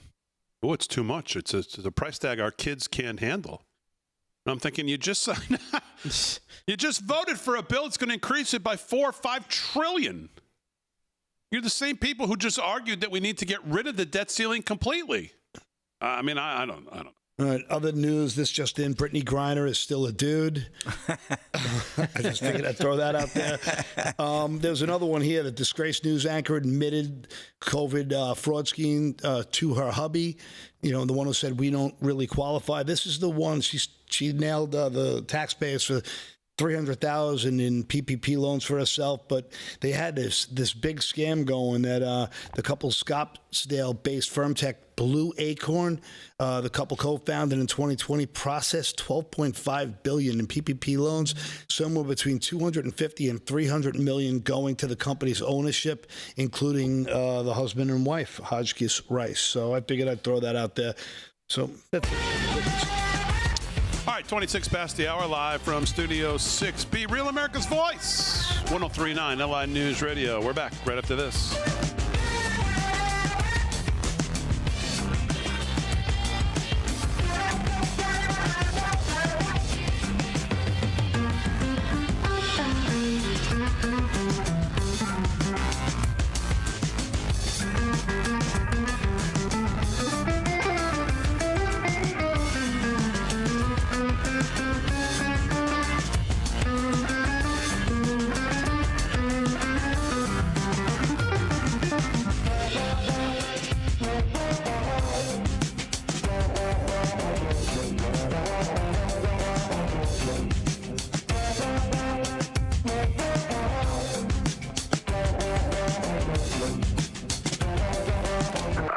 So, hey, guys, everyone, if we could break that 400 mark on the likes, we're at 383. Whoop. Do say D, Slick Rick. We got another super chat. Oh, read that ball for me. You got it? Yep. I got it? Okay, yeah, $5. Do say D, 6868. Thank you very much. Did Hillary walk the Bush's baked beans dog for talking? And Slick Suit is watching someone, but who? That's right. You got some eyeballs on that thing. It looks like almost like a wolf eyes. Yeah, man. Thanks a lot. Appreciate it. And if you guys could pump the like, it really helps the YouTube algorithm with all the times we get punished for saying stuff we're not supposed to. Like, good evening. You're right. It's so funny. The haters are so It's the vicious. Cleveland Browns time this year for a Super Bowl. Wow. Oh, yeah, Shedeur Sanders. He could be the answer. Interesting pick. I really can't believe the Giants didn't pick him in the 4th or 5th round. I guess there's a lot of teams that hate him so much. Did you hear the stories behind the scenes? Oh, yeah. He was in there basically saying, don't pick me. I don't want to be here. Yeah, he was rude. He was, and he didn't. He's there a was privileged also kid. other teams were saying that he couldn't read a playbook to save his life. They were asking him to look at film and read scheme and tell us what they're saying, and he couldn't do it. Wow. Didn't Cleveland just announce they're going to retire his number after his preseason performance? Yeah, just like Colorado. Yeah. Well, I I wouldn't be surprised though if he makes it happen. Well, they got a happy Myles Garrett, right? He's a hell of a defensive player. That guy's like half a line. But he got nailed. He was in a bad car accident a couple of years ago in his Porsche, and he barely escaped. Do you know he just got pulled over 100 miles an hour in a 60-mile-an-hour zone. It's like the motorcycle ride of Delgado posted the other day. Oh man, wasn't that crazy? What'd that guy do? 30 flips? Oh. I mean, that guy had to see the car in front of him. I mean, it was clearly in the intersection. What's he thinking? I mean, I know he's doing 130 miles an hour, but still, you couldn't see him from a distance. It was clear as day. Pump the brakes. I mean, the guy was clearly in the middle of the intersection. He just rode right into him. 130 is fast, though. Yeah. Yeah, that car was just turning in front of him when it happened. Mm-hmm.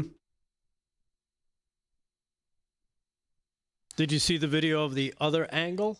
No. Like if you go down to like one of the first replies, there's video from, I guess, inside a store where you see the body tumbling towards you. Oh, and no. it's just That's all the over one place. Delgado wanted to play on the show. Yeah. Oh, yeah. What he's going to say, he lived.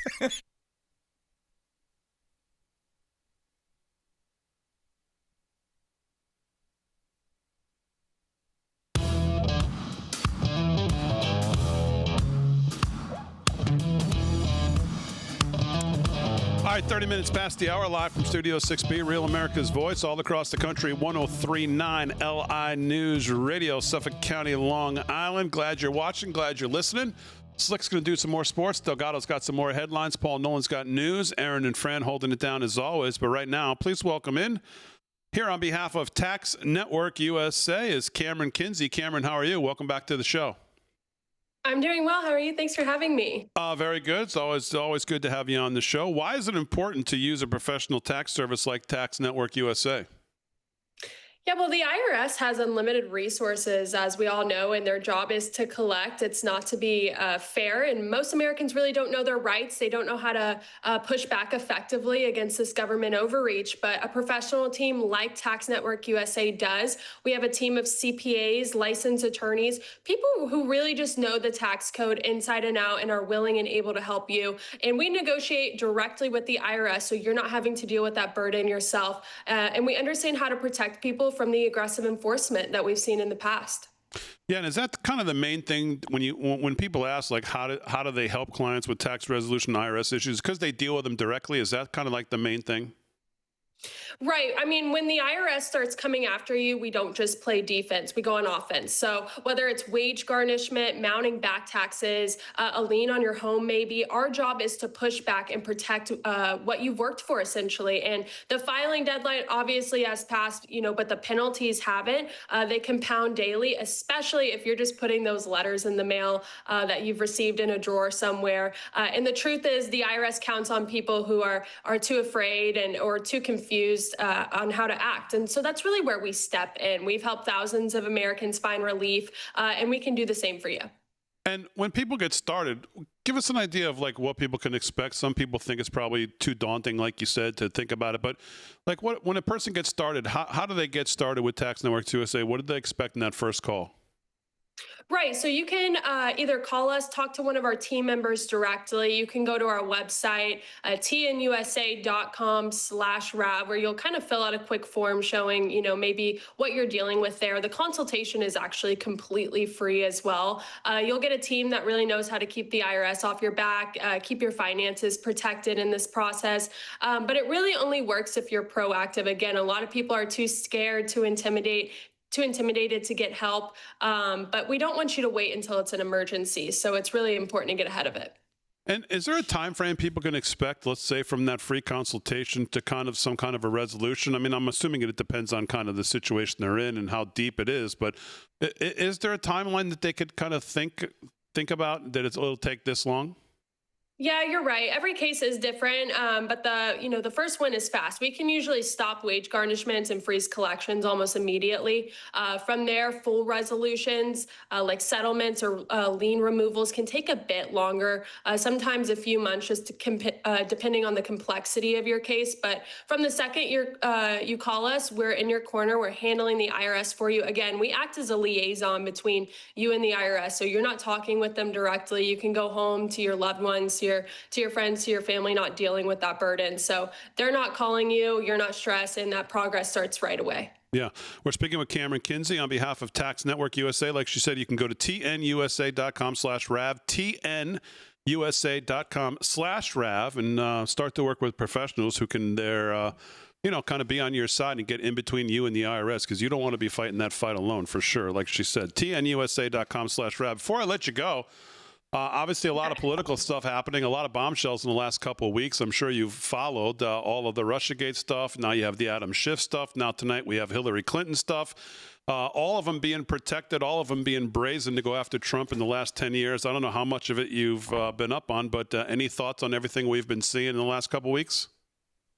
Well, look, I thought we saw that bombshell with Tulsi Gabbard really coming out, and that was beautifully played, by the way, because somebody who's a former Democrat exposing that party is really just the icing on the cake for me. But you know, she's been doing an incredible job. I think we've also seen, of course, the stuff with Adam Schiff. We're really going to have to see that play out at the DOJ, and now the pressure's on Pam Bondi, right? I think we've seen, you know, some things happen previously where a lot of people online and in that sphere, you know, we're getting onto her for that. So I really think that this is a crucial and important moment for Pam Bondi to really step up to the plate, really start looking into these people, making arrests, to really show the transparency to the American people that, you know, we're moving forward, we're going to be effective, and we're going to not allow for these institutions to be weaponized against just one political party anymore. We have to stand up for justice, and I think that they're both in an incredible position to do that. And I'm thankful President Donald Trump put these people in office to do so. I think this is going to be a unique moment for them. Yeah, amen. Well said. Cameron, thanks for joining us again. TNUSA.com/Rev. TNUSA.com/Rev. Always appreciate having you on the show. Thank you so much for having me. All right, there you go. Cameron Kinsey on behalf of Tax Network USA, TNUSA.com/Rev. Man, she's got the tax stuff down, but man, she is great. Yeah. Ask her on politics. It's excellent. She's got it all down. Kid's got $1 million smile, too. Fantastic. So, yeah.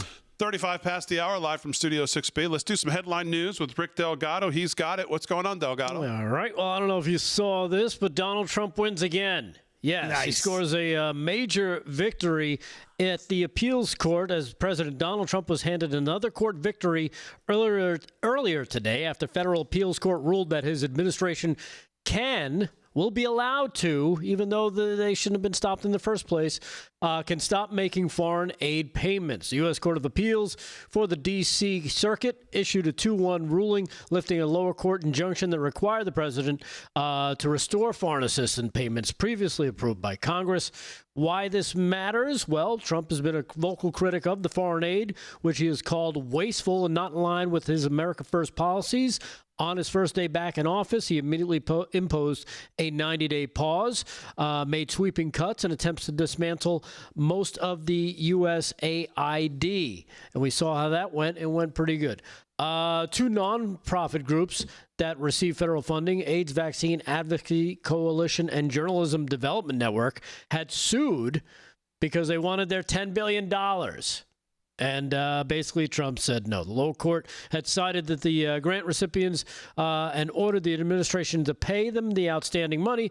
But earlier today, that federal appeals court vacated that injunction and said, nope, he doesn't have to pay you. Go pound sand. So again, another big win for the Trump administration. And that means another big win for you, the taxpayer. Hopefully, money not wasted. What else do we have here, Damon? Did you see this? I know we're talking about monetary policy and all that stuff and how things are changing. Did you see what President Trump hinted today about in regards to crypto and the future of crypto? Here he is, cut number 6. Check this out. Many Americans are unaware that behind the scenes, the technical backbone of the financial system is decades out of date, many, many years out of date. You know that. Paul and others are straightening it out, but payments and money transfers are costly and take days or even weeks to clear.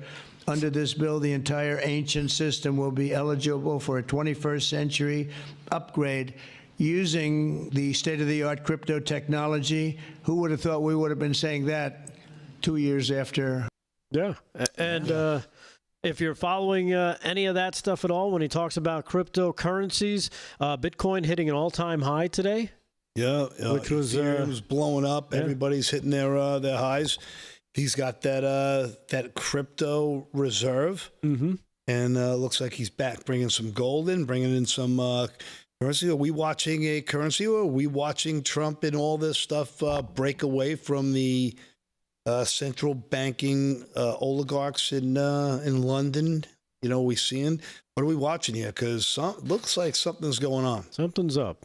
Something is most certainly up. I mean, I don't think it's any surprise to anybody who's been in crypto for years, more than 5 years, that the payment rails were going to end up on the blockchain. That's no big surprise to anybody who's been around crypto, who's followed XRP, Chainlink. I mean, they've all dealt with cross-border payments. They've all dealt with the interconnectivity between banks and SWIFT and all of that kind of stuff. So, I mean, they're all tackling that. They've been tackling it. There's no doubt that the payment system and the trading system, by the way, stocks and all of that is going to eventually end up digitized on the blockchain. Trillions upon hundreds of trillions of dollars will be not only stored there, traded there. You're going to have your house deeds there. You're going to have everything is going to. The world will be tokenized in the next probably 5 years, I would guess. Yeah, I don't think it's impossible to deny that. They're talking about creating ETFs, digitized ETFs from everything, including national parks, including private businesses. In every which way they can, they're trying to find a way that they could tokenize just about everything. So it's a pretty scary world, and it's really hard to wrap your head around most of it. Now, when you say tokenize, does that mean ownership? Yeah. Right? Yeah. Okay. Yeah. Only because like NFTs tried to be in the early days, years ago, where you'd own a piece of art, but it was it was basically tokenized. Well, It'll be the same thing. You own your house, it's going to be tokenized. You want to sell your house, you're going to be buying Bitcoin. It's all going to be tokenized within 5 years. You want to trade stocks and stuff. It's all going to be digitized on the blockchain. It's all going to be on the blockchain. You know, there was an article, I think it was in my computer science, that AI is going to exponentially grow so much in the next 5 years that it'll become sentient and become rebellious and will try to take over everything. I was going to bring that story, but I figured Damon would just get out of here. You know, what story? Delgado says that almost every other night, right? Yeah, exactly. AI's exponential growth. There was a story, and I forgot what it was. Computer Science Magazine. I'll bring it Friday night. Okay. And, I was hoping Delgado wasn't going to tell me that he watched Joe Rogan with. Yes, I did. Oh, my goodness! Why'd you open that? your mouth? Oh my God! And not only is she gorgeous, but she's smart. Oh. And she's okay. And she's well read. Talking about the Book of Enoch. And she has a nice I don't know if you're familiar with that. We can talk about that later. I got one more thing. Did you see the one specific clip though? Which one? He posted it. With the I posted it. I think he tagged you. Of course with you did. Let me find it. No, go ahead, do the news. Okay. A man shot and killed in D.C. just hours after President Trump federalizes the Metropolitan Police Department. He was shot to death in Washington, D.C.'s Logan Circle Monday night. The deadly shooting comes just hours, like I said, after the president announced the federalization of the MPD in hopes to curb the violence. Here is CNN actually admitting here in cut number 8 how dangerous crime is in D.C. Cut 8. Check it out. Let's not minimize the fact. I mean, Washington had 498 carjackings last year. That's way too many. There were 190 different killings last year in Washington. Our crime and murders are 6 times what New York is. Washington is not near safe enough. The D.C. Police Union supports what's happening here. The federal government does have an obligation to help keep the federal capital safe.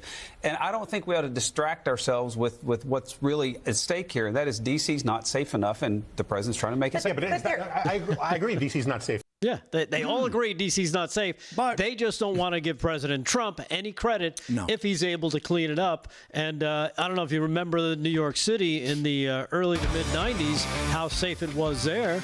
Oh, yeah. They turned it into Disneyland. Yep. Is he going for the same thing in D.C.? Let's hope. Let's see what happens. But they don't want to give him any credit whatsoever. Never. All right, we'll wrap it up for a Wednesday night right after this.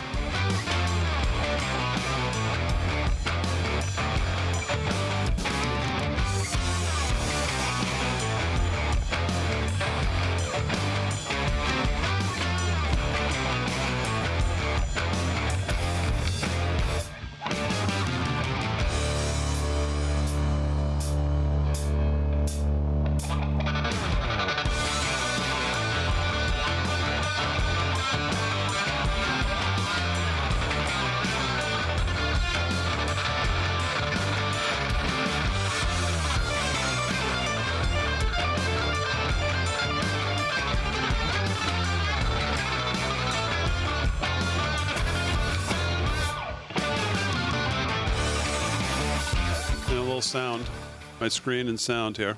We'll play it during the break because I haven't previewed it. What specifically are you saying? Like what happened? To I guess break it down in simple terms is that I think that Listen up, some of the Slick. tech that exists, that whatever these things have, these energy things have. Energy things? What do you mean? Well, they call them interdimensional beings. Interdimensional. I think that they can actually operate through the time spaces that we currently have. Oh, God. And that's not something that I came up with on my own. That's based on stuff that we've seen. That's based on information that we've been told. And then also, too, I think that there's this historical aspect of, this gets into the deeper theories and concepts of religion, and I think the history that we currently know, and that kind of spins off into another topic of, you have the modern day Bible, you have this aspect of Bibles or books of the Bible that have been removed that explain and kind of touch on these topics. And I think that we're in a time and age where you have such a vast amount of information that we have access to via social media, via your cell phone, via the internet. And so it's really changing the way that we understand, the origins of life and the spiritual reality that we know. When you currently. say interdimensional beings, that they know that these are interdimensional beings, how do they know that? Based on testimony, would be based on witnesses that have come forward, but what I can tell you is So the witnesses just were told that they were interdimensional? that they've seen things. And what I can tell you without getting into classified conversations is that there have been incidences that I believe where very credible people have reported that there have been movement outside of time and space. That's very vague. Yeah. So, look. Unfortunately. Yeah. Look. Have I seen a portal open? No. Have I seen a spaceship? Personally, no. Have I seen evidence of this? Yes. Have I seen photo documentation of aircraft that I believe were not made by mankind? Yes. Is there historical significance to this? Yes. Is there multiple events that go back to, I would argue, maybe even before the time of Christ that have documented this in text? Yes. So do I believe that the government has access to certain technology? Yes, to an extent. And I believe that certain contractors potentially have back engineered this tech.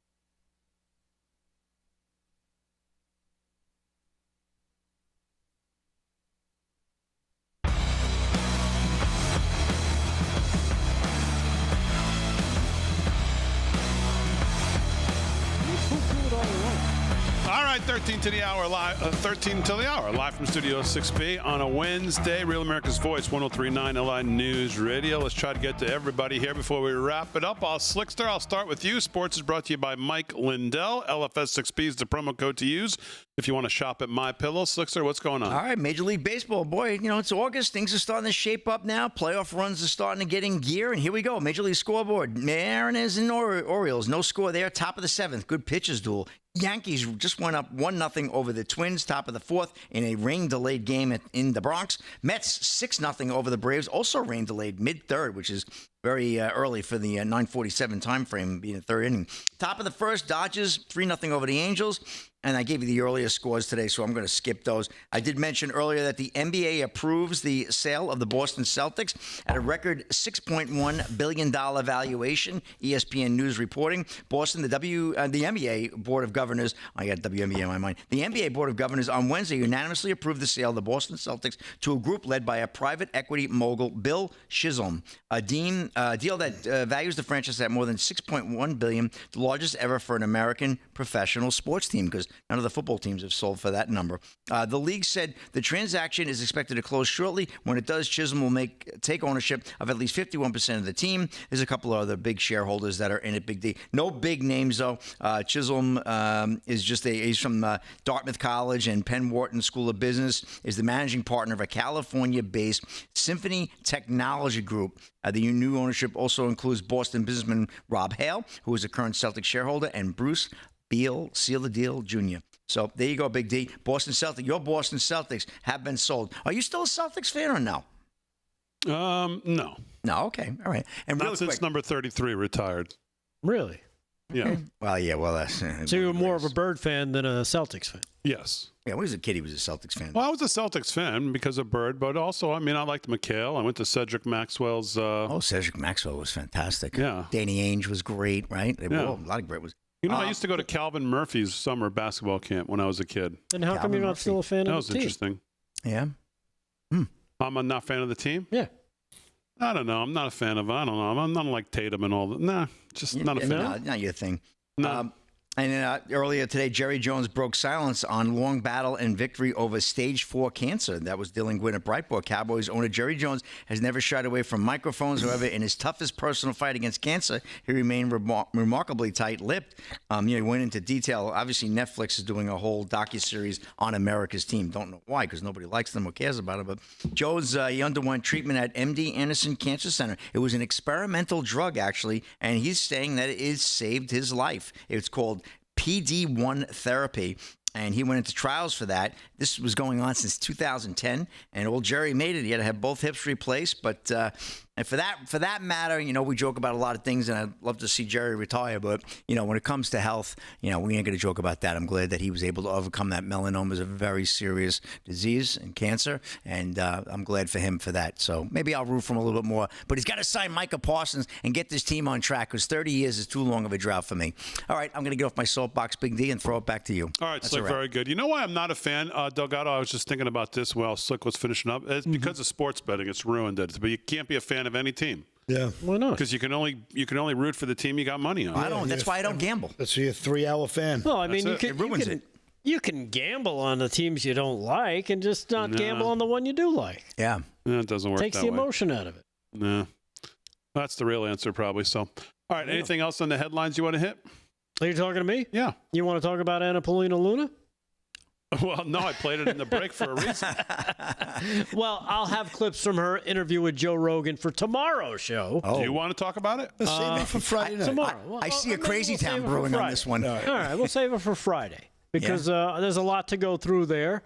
But interesting stuff that she talked about. Look into, for a little homework for you, look into the book of Enoch between now and Friday and see what that says. What percentage of what she said to Joe Rogan did you understand? I'll go first. 30%. Somebody's knocking and Big D ain't answer the door. I'm going to knock you in the head.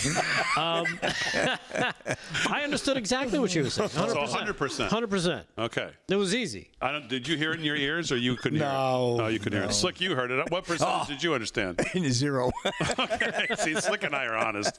Delgado's just a liar. I understood 100% of what she was saying. Okay. I can't reveal I'm not certain gonna lie, things. though. She understood what? Go ahead. I did go down those rabbit holes of,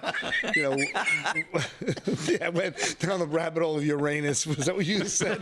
No, that's now not a planet anymore. So just to cover our butts. Yeah. But I Thanks did for rectifying look that, into some of those. She lost me at I haven't seen a portal. What? What? Yeah, right. Well, she's not going to lie about it. I like what she said. I didn't come up with this myself. Oh, shocking. Well, again, if you want to look into it, the Book of Enoch, it's an ancient Jewish religious text that was omitted from the Bible because, let's face it, the people in charge didn't like what it had to say because it would undercut their authority. Well, and so I have looked into a ton of those dark projects and those some really incredible eyewitness testimonies about people getting involved with real spacecraft and breaking reverse engineering stuff. And I spent a lot of time on that in 2009, 2010. So it's some fascinating stuff. Mm-hmm. I mean, well, the fact that she's talking about classified information without giving details, that means the government is all in on this stuff. Why is it classified if it's not something to... Yeah, some of that stuff is really fun, and there's a lot of questions. It would be great if we could trust our government and them to release everything to us, but we know they won't. But when you hear whistleblowers coming out talking about what happened over at Rand Corp and HARP and some of these other places, it's pretty interesting, and sometimes the cases are compelling, to say the least. Yeah, it's like the war but it's just not for this show because Big D he ain't having it. The Friday night crowd likes well, this me stuff. and Damon. No, I love it. The Friday night people love it. Yeah. Me and Delgado do our own show called, we're going to call it, what is it, I'm a Nut or Critical Mass, or we're not allowed to say that. We're going to do something. Yep. Break out your Carvel flying saucers. That's going to be our sponsor. Reynolds rap. Anyhow. So I don't know if you saw this. I have a quick story here. Randy Fine, the freshman congressman, has introduced the Reinstate Orderly Access for Drivers, the ROAD Act. Fine refers to it as the thump bill, the sound of two-axle vehicle cruising over a protester-size bumps. So he refers to it as the thump. So if some, what does he call them, gorgons, some blue-haired, girl with ding-a-ling is in the road and won't let you go by. Bob. That's right. Transmabob. That's it. I love that one. I woke up saying Transmabob the other day. I was like, this is not good. So, his wife threw him out of the house. He's not allowed to say that on BLI. Yeah, no, he does. No, 1039, he says it on. Hey, Cherry Merrill came up with a good idea for your segment, Delgado. Oh, yeah? What is that? Dad do. Delgado's alien detection update. Big D, is that going to make the cut? Big D says nano. Nanu, Delgado. Laugh all you What do you like. think of that? We're not laughing. Knock, who's there? Delgado. Look it up. So Annalena, she didn't. Annalena Luna. Yeah, she never saw one of those portals, huh? No. I haven't seen a portal, she said. Step on through. All right, as always. Hit the light on the way out. We salute. Fire up the DeLorean. Our military, active and active police, firefighters, first responders, EMTs, all our truckers, all our farmers, everybody that keeps the country moving and safe. Thanks, guys, on the show. Aaron, Frank, great job as always. Most of all, thank you. Live from Studio 6B. Audience, we'll see you tomorrow night. We'll see if Vinnie Mac makes it back for a Thursday night. Live from Studio 6B. We'll see you then.